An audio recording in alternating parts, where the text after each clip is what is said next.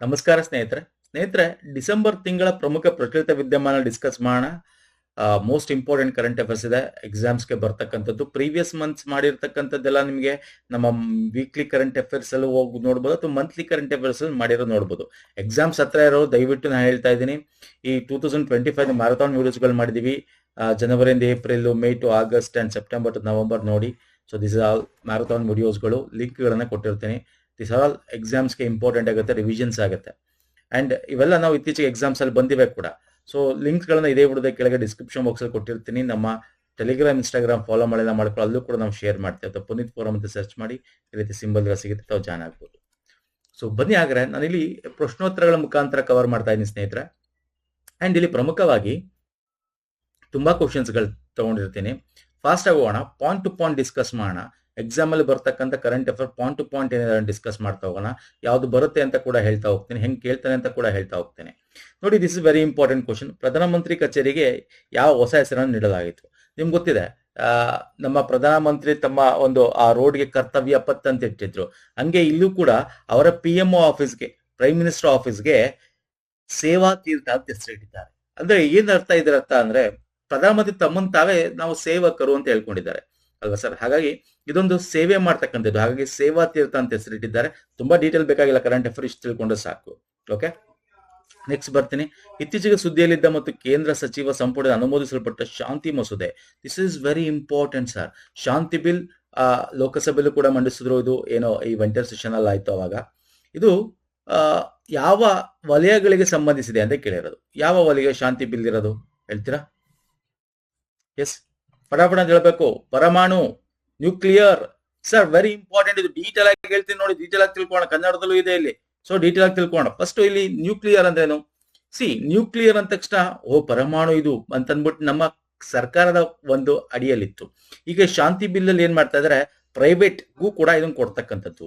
ಅಂದ್ರೆ ಇಲ್ಲಿ ಪ್ರೈವೇಟ್ ಕೊಡ್ತಕ್ಕಂಥದ್ದು ಎಂತದ್ದು? ಸಿವಿಲ್ಗೆ ಸಂಬಂಧಪಟ್ಟಂತೆ. ಅಂದ್ರೆ ಸಿವಿಲ್ ನ್ಯೂಕ್ಲಿಯರ್ ವರ್ಕ್ ಗೆ ಸಂಬಂಧಪಟ್ಟಂತೆ. ಅಂದ್ರೆ ಪವರ್ ಜನರೇಷನ್ ಮಾತ್ರ, ನಾಟ್ ಫಾರ್ ಅದರ್ ನ್ಯೂಕ್ಲಿಯರ್ ಒಂದು ಬಾಂಬ್ಗಳಾಗಿರೋ ನ್ಯೂಕ್ಲಿಯರ್ ವೆಪನ್ಸ್ ಗಳಿಗಲ್ಲ, ಪವರ್ಗೋಸ್ಕರ. ಸೊ ಪ್ರೈವೇಟ್ ಪಾರ್ಟಿಸಿಪೇಷನ್ ಮಾಡಬಹುದು. ಯಾಕೆ ಇದು ಮಾಡಿದ್ರು ಅಂದ್ರೆ, 100 ಗಿಗಾವ್ಯಾಟ್ ನ್ಯೂಕ್ಲಿಯರ್ ಕೆಪಾಸಿಟಿ ನಾವು 2047 ಒಳಗೆ ನಾವು ಮಾಡಬೇಕು. ಅಂದ್ರೆ ಏನರ್ಥ, ನಾವು 2070 ಇಂಡಿಯಾ ನೆಟ್ ಝೀರೋ ಎಮಿಷನ್ ಮಾಡಬೇಕು, ಕಾರ್ಬನ್ ಎಮಿಷನ್. ಸೊ ಇವೆಲ್ಲ ಟಾರ್ಗೆಟ್ ಇಟ್ಕೊಂಡು ಮಾಡಿರ್ತಕ್ಕಂಥದ್ದು ಸ್ನೇಹಿತರೆ.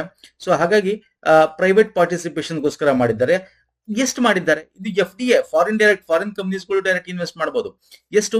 49% ಮಾತ್ರ. ಅಂದ ಅರ್ಥ 51% ಈಗಲೂ ಕೂಡ ಇದರಲ್ಲೂ ಕೂಡ 51% ಅಷ್ಟು ಸರ್ಕಾರದ ಅಡಿಯಲ್ಲಿ ಇರುತ್ತೆ.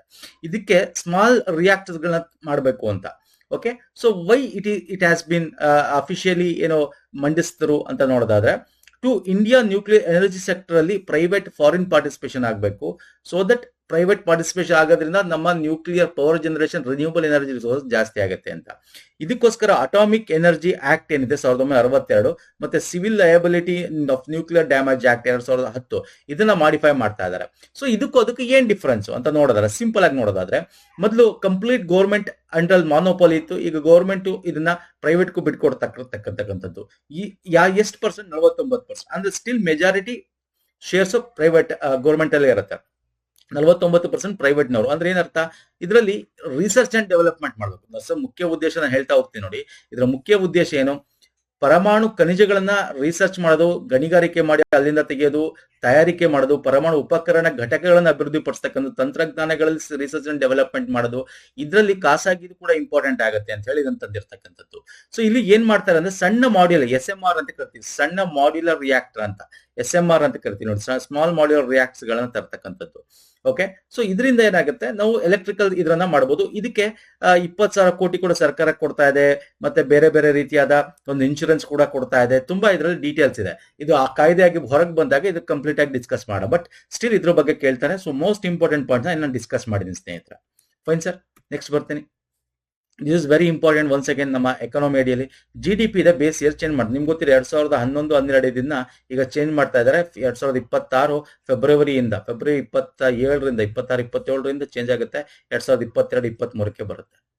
ಹೊಸ GDP ಅಂದ್ರೆ ಬೇಸ್ ಇಯರ್ ಕಂಪ್ಯಾರಿಸನ್ ನಾವು ಮಾಡ್ತಕ್ಕಂಥದ್ದು. ಸೊ GDP ಅನ್ನು ಗ್ರಾಸ್ ಡೊಮೆಸ್ಟಿಕ್ ಪ್ರಾಡಕ್ಟ್ ಅಂತ ಕರಿತೀವಿ. ನಿಮ್ಗೆ ಗೊತ್ತೇ ಇದೆ, ಇದ್ರ ಬಗ್ಗೆ ಹೆಚ್ಚು ಮಾತಾಡಕ್ ಹೋಗಲ್ಲ. ಬೇಸಿಕ್ ಎಕನಾಮಿ ನಿಮಗೆ ಗೊತ್ತಿರುತ್ತೆ ಅಂತ ಹೇಳಿ ಜಸ್ಟ್ ಕರೆಂಟ್ ಅಫೇರ್ ಹೇಳ್ತಾ ಹೋಗ್ತೀನಿ. ಯಾಕೆ ಬೇಕಾಗಿತ್ತು ಇದು? ಬೇಕಾಗಿತ್ತು ಸರ್, ನಮ್ದು ತುಂಬಾ ಹಳೇದಾಗಿತ್ತಲ್ವ ಸರ್. ಹಾಗಾಗಿ IMF ಕೂಡ ಗ್ರೇಡ್ ಸಿ ಇದೆ ಇಂಡಿಯನ್ ನ್ಯಾಷನಲ್ ಅಕೌಂಟ್ಸ್. NSO ಏನ್ ಮಾಡುತ್ತೆ, ನಮ್ದು ಈ ಒಂದು GDP ಗ್ರೇಡ್ ಸಿ ಅಂದ್ರೆ ತುಂಬಾ ಲೋ ಲೆವೆಲ್, ಯಾಕಂದ್ರೆ ನಾವು ತುಂಬಾ ಹಳೇದ್ ಕಂಪೇರ್ ಮಾಡ್ತಾ ಇದೀವಿ. ಸೊ ಪ್ರಾಪರ್ ಇಲ್ಲ, ನಾಟ್ ಅಕ್ಯುರೇಟ್ ಅನ್ನೋದು ಹೇಳ್ತಾ ಇತ್ತು. ಸೊ ಹಾಗಾಗಿ ಇದನ್ನ ಲಾಸ್ಟ್ ಇಯರ್ ಅಂತ ಡಿಸ್ಕಷನ್ ಇತ್ತು. ಸೊ ಹಾಗಾಗಿ ಇವಾಗ ಅದನ್ನ ಚೇಂಜ್ ಮಾಡ್ತಾ ಇದ್ದಾರೆ. ಅಂದ್ರೆ ಇದುವರೆಗೂ ಚೇಂಜ್ ಆಗಿಲ್ವಾ? ಚೇಂಜ್ ಆಗಿದೆ ಸರ್. 1949ರಲ್ಲಿ ಫಸ್ಟ್ ಬರುತ್ತೆ, 48-49 ಮಹಾನವಮೀಸ್ ಏನಿರುತ್ತೆ ಆಫ್ಟರ್ ಇಂಡಿಪೆಂಡೆನ್ಸ್, ಸ್ವತಂತ್ರದ ನಂತರ. ಆಮೇಲೆ 67ರಲ್ಲಿ ಚೇಂಜ್ ಮಾಡ್ತಾರೆ. ಫಸ್ಟ್ ಇದನ್ನ 1949 ಟಾರ್ಗೆಟ್ ಇದ್ದಿದ್ದು ಅಂದ್ರೆ ಬೇಸ್ ಇಯರ್. ಆಮೇಲೆ 47, 48, 49ರಿಂದ 60, 61 ಚೇಂಜ್ ಮಾಡ್ತಾರೆ. ಅದಾದ್ಮೇಲೆ 78ರಲ್ಲಿ ಪುನಃ ಅದನ್ನ 70, 71 ಚೇಂಜ್ ಮಾಡ್ತಾರೆ ಬೇಸ್ ಇಯರ್ನ. 88ರಲ್ಲಿ 80, 81 ಚೇಂಜ್ ಮಾಡ್ತಾರೆ. 99ರಲ್ಲಿ 93, 94 ಚೇಂಜ್ ಮಾಡ್ತಾರೆ. ಈ 2006ರಲ್ಲಿ 99ರಿಂದ 2000 ಚೇಂಜ್ ಮಾಡ್ತಾರೆ. 2010ರಲ್ಲಿ 2004, 5ಕ್ಕೆ, 2015ರಲ್ಲಿ 11 ಮತ್ತು 12ಕ್ಕೆ ಚೇಂಜ್ ಮಾಡ್ತಾರೆ. ಈಗ 2026 ಎಷ್ಟಕ್ಕೆ? 22 ಮತ್ತು 23ಕ್ಕೆ ಚೇಂಜ್ ಮಾಡಿದ್ದಾರೆ ಬೇಸ್ ಇಯರ್ ಕಂಪ್ಯಾರಿಸನ್ ಮಾಡೋದು. ಅಂದ್ರೆ ಪ್ರತಿ ವರ್ಷ ನಾವೇನ್ GDP ರೈಸ್ ಆಗುತ್ತೆ, ಯಾವ್ದಕ್ಕೆ ಕಂಪೇರ್ ಮಾಡ್ತೀವಿ? 2022, 23ಕ್ಕೆ ಕಂಪೇರ್ ಮಾಡ್ತೀವಿ. GDP ಅಂದ್ರೆ ಏನು? ಯಾವ ಬೇಸಿಸ್ ಮೇಲೆ ಕ್ಯಾಲ್ಕುಲೇಟ್? 3 ರೀತಿಯಾದ ಒಂದಿರೋ ಕ್ಯಾಲ್ಕುಲೇಟ್ ಮಾಡ್ತೀವಿ. ಒಂದು production approach, production method, expenditure method, income approach ಅಂತ ಕರಿತೀವಿ. ನೋಡಿ, expenditure approach, income approach, production ಅಥವಾ ವ್ಯಾಲ್ಯೂ ಆಡೆಡ್ ಅಪ್ರೋಚ್ ಅಂತ. ಇದ್ರ ಬಗ್ಗೆ ನಾನು ಈಗ ತುಂಬಾ ಡೀಟೇಲ್ ಆಗಿ ಹೇಳಕ್ ಹೋಗಲ್ಲ. ನಿಮ್ಗೆ ಬೇಸಿಕ್ಸ್ ನೀವು ಓದಿರ್ಬೇಕು ಎಕಾನಮಿಲಿ, ದಯವಿಟ್ಟು ಓದ್ಕೊಳ್ಳಿ. ಇದ್ರ ಬಗ್ಗೆ GDP ಸುದ್ದಿಯಲ್ಲಿ ಅಂದ್ರೆ ಬೇಕಾದ್ರೆ ನಿಮ್ಗೆ ಏನ್ ಬೇಕಾದ್ರೆ ಕೇಳಬಹುದು. ಈಗ ಫಾರ್ ಎಕ್ಸಾಂಪಲ್ ನಿಮ್ಗೆ ಡಿಫಿಕಲ್ಟಿ ಮಾಡಬೇಕು ಅಂದ್ರೆ, ಈಗ ಸ್ಟ್ಯಾಟಿಕ್ GK ಕ್ವಶನ್ ತಗೋಬೇಕು ಅಂದ್ರೆ, ಈ GDP ಮೆಥಡ್ ಅಲ್ಲಿ ಪ್ರೊಡಕ್ಷನ್ ಅಪ್ರೋಚ್ ಅಂದ್ರೆ ಏನು, ಏನಾದ್ರೂ ಫಾರ್ಮುಲಾ, ಏನೇನ್ ಮಾಡ್ತಾರೆ ಅದರಲ್ಲಿ. ಓಕೆ, ನಿಮ್ಗೆ ಫಾರ್ಮುಲಾ ಕೇಳಬಹುದು. ಓಕೆ, ಎಕ್ಸ್ಪೆಂಡಿಚರ್ ಅಪ್ರೋಚ್ ಅಂದ್ರೆ ಫಾರ್ಮುಲಾ ಕೇಳಬಹುದು. ಇನ್ಕಮ್ ಅಪ್ರೋಚ್ ಅಂದ್ರೇನು, ಅದ್ರ ಫಾರ್ಮುಲಾ ಕೇಳಬಹುದು. ಏನ್ ಬೇಕಾದ್ರೂ ಕೇಳಬಹುದು, ಸುದ್ದಿಯಲ್ಲಿದೆ. ಓಕೆ, GDP ಅಂದ್ರೇನು ಕೇಳಬಹುದು. ಸೊ ಓಕೆ, ಇವೆಲ್ಲ ದಯವಿಟ್ಟು ನೋಡ್ಕೊಳ್ಳಿ. ನಾನು ಅದನ್ನೆಲ್ಲ ಡೀಟೇಲ್ ಡಿಸ್ಕಸ್ ಮಾಡಲ್ಲ. ಮತ್ತೆ ಲಾಸ್ಟ್ ಎಷ್ಟು ಸಲ ಇದನ್ನ ಚೇಂಜ್ ಮಾಡಿದ್ರೆ ಅಂತ ಕೇಳಬಹುದು. ಹಾಗಾಗಿ ನಿಮ್ಗೆ ಇಲ್ಲಿ ರಿವಿಷನ್ ಎಷ್ಟು ಸಲ ಆಗಿದೆ ಭಾರತದಲ್ಲಿ ಆಫ್ಟರ್ ಇಂಡಿಪೆಂಡೆನ್ಸ್ ಅಂತ ನಿಮ್ಗೆ ಕೊಟ್ಟಿದ್ದೀನಿ, ನೋಡ್ಕೊಳ್ತೀನಿ. ಅರ್ಥ ಆಗಿದೆಯಲ್ಲ? ಚಲೋ, move to next question. Yes sir. ಇತ್ತೀಚೆಗೆ ಭಾರತವು ತನ್ನ ಸಮುದ್ರ ಆಧಾರಿತ ಪರಮಾಣು ನಿರೋಧಕ ಶಕ್ತಿಯನ್ನು ಬಲಪಡಿಸಲು K4 ಜಲಾಂತರ್ಗಾಮಿ ಉಡಾವಣಾ ಬ್ಯಾಲಿಸ್ಟಿಕ್ ಕ್ಷಿಪಣಿಯನ್ನು ಯಶಸ್ವಿಯಾಗಿ ಪರೀಕ್ಷಿಸಿತು. ಈ ಕ್ಷಿಪಣಿಯನ್ನು ಯಾವ ಪರಮಾಣು ಚಾಲಿತ ಜಲಾಂತರ್ಗಾಮಿ ನೌಕೆಯನ್ನು ಉಡಾಯಿಸಲಾಯಿತು?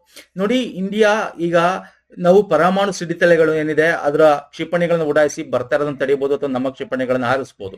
ಸೊ ಇದನ್ನ ಜಲಾಂತರ್ಗಾಮಿ ಅಂದ್ರೆ ಸಬ್ಮೆರೈನ್ ಮುಖಾಂತರ ನಾವು ಚೆಕ್ ಮಾಡಿದ್ದೀವಿ. ಯಾವ ಸಬ್ಮೆರೈನ್ ಅಂದ್ರೆ INS ಅರಿಘಾಟ್ ಅಂತಕ್ಕಂಥ submarine. Okay, so what is K4? It is a intermediate submarine. Okay, ballistic missile ಅಂತ ಕರಿತೀವಿ. What is ballistic missile? ಇವೆಲ್ಲ ಅಗೇನ್ ಸರ್ ನಾವು ಪ್ರೀವಿಯಸ್ ವಿಡಿಯೋದಲ್ಲಿ ಡಿಸ್ಕಸ್ ಮಾಡಿದೀವಿ. ವೀಕ್ಲಿ ಕರೆಂಟ್ ಅಫೇರ್ ನೋಡಿ, ನಮ್ಮ ಮಂತ್ಲಿ ಕರೆಂಟ್ ಅಫೇರ್ ಅಲ್ಲಿ ನಿಮ್ಗೆ ಪಾಯಿಂಟ್ ಟು ಪಾಯಿಂಟ್ ಏನ್ ಕರೆಂಟ್ ಅಫೇರ್ ಇದೆ, ಯಾವ್ದು ನೀವು ತಿಳ್ಕೋಬೇಕು, ಏನ್ ಎಕ್ಸಾಮ್ ಅಲ್ಲಿ ಕೇಳ್ತಾನೆ, ಇಷ್ಟು ಮಾತ್ರ ಹೇಳ್ತಾ ಹೋಗ್ತೇನೆ. ಮತ್ತೆ ಇದು ಎಷ್ಟು ಕಿಲೋಮೀಟರ್ ತನಕ ಹೋಗುತ್ತೆ, ಓಕೆ, ಇದರ ಕೆಪಾಸಿಟಿ ಏನು, ಎಷ್ಟು type of it is a two stage ಒಂದು ಏನೋ ಫ್ಯೂಯಲ್ ಸಿಸ್ಟಮ್ ವರ್ಕ್ ಆಗೋದು. I will show you 2-stage fuel system. Okay, stage 1, stage 2, manoeuvrability ಇದೆ. Okay, it is a high accuracy. ಇದು ನೀರೊಳಗಿರುತ್ತೆ. ಹೆಂಗಪ್ಪ ಲಾಂಚ್ ಆಗುತ್ತೆ ಅಂದ್ರೆ ಗ್ಯಾಸ್ ಪ್ರೆಷರ್ ಇಂದ ಲಾಂಚ್ ಆಗುತ್ತೆ. ನೀರಿಂದ ಈಚೆ ಬಂದ ಮೇಲೆ ಇಟ್ ಈಸ್ ಇಗ್ನೈಟ್ ಆಗಿ ಲಾಂಚ್ ಆಗುತ್ತೆ. So this is all very important ಆಗುತ್ತೆ ಎಕ್ಸಾಮ್ಸ್ಗೆ. ಸೊ ಇಂಥದ್ನ ಹೇಳ್ತಾ ಹೋಗ್ತೇನೆ ಇಲ್ಲಿ. ಓಕೆ, ಇನ್ನು ಬೇಸಿಕ್ ವಾಟ್ ಈಸ್ ಏನು ಬಲಾಸ್ಟಿಕ್ ಮಿಸೈಲ್ ಅಂದ್ರೆ ಕ್ರೂಸ್ ಮಿಸೈಲ್ ಅಂದ್ರೇನು, ಇವೆಲ್ಲ ನಾವು ವೀಕ್ಲಿ ಕರೆಂಟ್ ಅಫೇರ್ ಅಲ್ಲಿ ಈ ತರದೆಲ್ಲ ಡಿಸ್ಕಸ್ ಮಾಡ್ತೀವಿ. ದಯವಿಟ್ಟು ವೀಕ್ಲಿ ಕರೆಂಟ್ ಅಫೇರ್ ನೋಡಿ ಸ್ನೇಹಿತರೆ. ಅರ್ಥ ಆಗ್ತಿದೆಯಲ್ಲ? ಇದನ್ನ ಟೆಸ್ಟ್ ಮಾಡಿದ್ದಾರೆ ನಮ್ಮ ಬೇ ಆಫ್ ಬೆಂಗಾಲ್ ವಿಶಾಖಪಟ್ಟಣಂ ಹತ್ರ ಟೆಸ್ಟ್ ಮಾಡಿದ್ದಾರೆ ಸ್ನೇಹಿತರೆ. ಇದು ಕೇಪಬಲ್ ನ್ಯೂಕ್ಲಿಯರ್ ವಾರ್ ಹೆಡ್ ಎಷ್ಟು ತಗೊಳುತ್ತೆ? 2.5 ಟನ್ ಅಷ್ಟು ಇದು ತಗೊಳ್ಳುವಂತ ಕೆಪಾಸಿಟಿ ಇದೆ. K series. ಯಾಕೆ K ಸೀರೀಸ್ ಅಂತ ಇಟ್ಟರು? ಅಬ್ದುಲ್ ಕಲಾಂನ ಒಂದು ಅವ್ರಿಗೆ ಗೌರವ ಸಲ್ಲಿಸೋಕ್ಕೋಸ್ಕರ ಇದನ್ನ K ಸೀರೀಸ್ ಅಂತ ಇಟ್ರು. ಫೈನ್ ಸರ್, ಇಲ್ಲಿ ಕೊಟ್ಟಿದ್ದೀನಿ ನೋಡಿ. 17 ಟನ್ ಕ್ಷಿಪಣಿ, 17 ಟನ್, ವಾರ್ ಹೆಡ್ 2.5 ಟನ್, ಅದು ಗೊತ್ತಿರಲಿ. 12 ಮೀಟರ್ ಉದ್ದ ಇರತಕ್ಕಂಥ ಕ್ಷಿಪಣಿ ಇದು. ಓಕೆ, ಸಿಡಿತಲೆ ವಾರ್ ಹೆಡ್ 2 ಟನ್ ವರೆಗೆ 2.5 ತನಕ ಹೋಗುತ್ತೆ. ನೆಕ್ಸ್ಟ್ ಬರ್ತೇನೆ. ಯಾವ ಕ್ಷೇತ್ರದಲ್ಲಿ ಪ್ರಶಸ್ತಿ ಪಡೆದ ಮೊದಲ ಭಾರತೀಯ ಎಂಬ ಹೆಬ್ಬಳಿಕೆ ಪಾತ್ರ ವೈಭವ್ ಸೂರ್ಯವಂಶಿ ಅವರಿಗೆ ಪ್ರಧಾನಮಂತ್ರಿ ರಾಷ್ಟ್ರೀಯ ಬಾಲ ಪುರಸ್ಕಾರ ಪ್ರಶಸ್ತಿ ನೀಡಲಾಯಿತು. ನೋಡಿ, ಬಾಲ ಪುರಸ್ಕಾರ ಅಂತಕ್ಕಂಥದ್ದು ಬಾಲಕರಿಗೆ ಎಷ್ಟು ವರ್ಷ? 5ರಿಂದ 18 ಒಳಗೆ ಅಲ್ವಾ ಕೊಡ್ತಕ್ಕಂಥದ್ದು. ಇದು ಫಸ್ಟ್ ಟೈಮ್ ಸಿಕ್ಕಿದೆ. ಯಾಕೆ ಅಂದ್ರೆ ಕ್ರಿಕೆಟ್ನವ್ರಿಗೆ. ಹಾಗಾಗಿ ಇದೊಂದು ಸುದ್ದಿಯಲ್ಲಿತ್ತು. ವೈಭವ್ ಸೂರ್ಯವಂಶಿ ಬಗ್ಗೆ ನಿಮ್ಗೆ ಗೊತ್ತಿದೆ, IPL ನೋಡ್ತಿರ್ತೀರಾ. ಇತ್ತೀಚೆಗೆ ವಿಜಯ ಹಜಾರೆ ಟ್ರೋಫಿಲಿ ಕೂಡ ಚೆನ್ನಾಗಿ ಆಡಿದ್ರು. 35 ಬಾಲ್ಗೆನೋ ಹೈಯೆಸ್ಟ್ ಏನೋ ಸೆಂಚುರಿ ಏನೋ ಆಗಿತ್ತು. ಸೊ ಇವೆಲ್ಲ ಇರೋದ್ರಿಂದ ಅವ್ರಿಗೆ ಬಾಲ ಪುರಸ್ಕಾರ ಪ್ರಶಸ್ತಿ ಸಿಕ್ಕಿದೆ. ಕ್ರಿಕೆಟ್ ಅಲ್ಲಿ ಫಸ್ಟ್ ಟೈಮ್ ಅವ್ರಿಗೆ ಸಿಕ್ಕಿರೋದು ಇನ್ ಕ್ರಿಕೆಟ್ ಸ್ಪೋರ್ಟ್ಸ್ ಅಲ್ಲಿ. ನೆಕ್ಸ್ಟ್ ಬರ್ತೀನಿ. ಭಾರತದ ಬುಡಕಟ್ಟು ಸಮುದಾಯಗಳ ಕ್ರೀಡಾ ಪ್ರತಿಭೆಗಳನ್ನು ಉತ್ತೇಜಿಸುವ ಮತ್ತು ಖೇಲೋ ಇಂಡಿಯಾ ಯೋಜನೆ ಅಡಿಯಲ್ಲಿ ತಳಮಟ್ಟದ ಸೇರ್ಪಡೆಯನ್ನು ಬಲಪಡಿಸುವ ಗುರಿಯನ್ನು ಹೊಂದಿರುವ ಖೇಲೋ ಇಂಡಿಯಾ ಬುಡಕಟ್ಟು ಕ್ರೀಡಾಕೂಟ ಉದ್ಘಾಟನಾ ಆವೃತ್ತಿಯನ್ನು ಯಾವ ರಾಜ್ಯ ಆಯೋಜಿಸುತ್ತಿದೆ? ನೋಡಿ, ಫಸ್ಟ್ ಟೈಮ್ ಖೇಲೋ ಇಂಡಿಯಾ ಬಗ್ಗೆ ಗೊತ್ತು ನಿಮಗೆ. ಖೇಲೋ ಇಂಡಿಯಾ ಗೇಮ್ ಅಂತ ಬಂತು ಫಸ್ಟ್ ಅಲ್ವಾ? ಖೇಲೋ ಇಂಡಿಯಾ ಗೇಮ್ ಅಂತ ಬಂತು, ಖೇಲೋ ಭಾರತ ಗೇಮ್ ಆಯ್ತು. ಆಮೇಲೆ ಏನಾಯ್ತು? ಖೇಲೋ ಇಂಡಿಯಾ ಯೂನಿವರ್ಸಿಟಿ ಗೇಮ್ ಅಂತ ಬಂತು. ಇದರಲ್ಲಿ ಯೂನಿವರ್ಸಿಟಿ ಅಲ್ವಾ ಸರ್? ಯೂನಿವರ್ಸಿಟಿ ಗೇಮ್ ಬಂತು. ಆಮೇಲೆ ಏನ್ ಬಂತು? ಯೂತ್ ಗೇಮ್ ಅಂತ ಬಂತು. ಈಗ ಇತ್ತೀಚೆಗೆ ನಾವು ಪ್ರೀವಿಯಸ್ ಮಂತ್ಸ್ ಎಲ್ಲ ನೋಡಿದ್ರೆ ನಿಮ್ಗೆ ಗೊತ್ತಿರುತ್ತೆ, ನಾವು ಮಾಡಿರತಕ್ಕಂಥದ್ದು ಪ್ರಶ್ನೆಗಳನ್ನ ಚೆಕ್ ಮಾಡಿದ್ರೆ ಯೂತ್ ಗೇಮ್ ಇಂದ ಏನಾಗಿತ್ತು? ವಾಟರ್ ಗೇಮ್ಸ್ ಅಲ್ವಾ? ವಾಟರ್ ಗೇಮ್ ಅಂತ ಬಂತು ಅಲ್ವಾ? ಇವಾಗ ನೋಡಿ ಈಗ ಏನ್ ಬರ್ತಾ ಇದೆ ಈಗ, ಇದು ಹೊಸದು, ಇದು ಫಸ್ಟ್ ಆವೃತ್ತಿ, ಮೊದಲನೇ ಆವೃತ್ತಿ, ಫಸ್ಟ್ ಎಡಿಷನ್. ಎಲ್ಲಿ ನಮ್ಮ ಛತ್ತೀಸ್ಗಢ ಆಯೋಜನೆ ಮಾಡ್ತಾ ಇದೆ. ಯಾವ್ದು? ಬುಡಕಟ್ಟು ಜನಾಂಗ ಸಂಬಂಧಪಟ್ಟಂತೆ.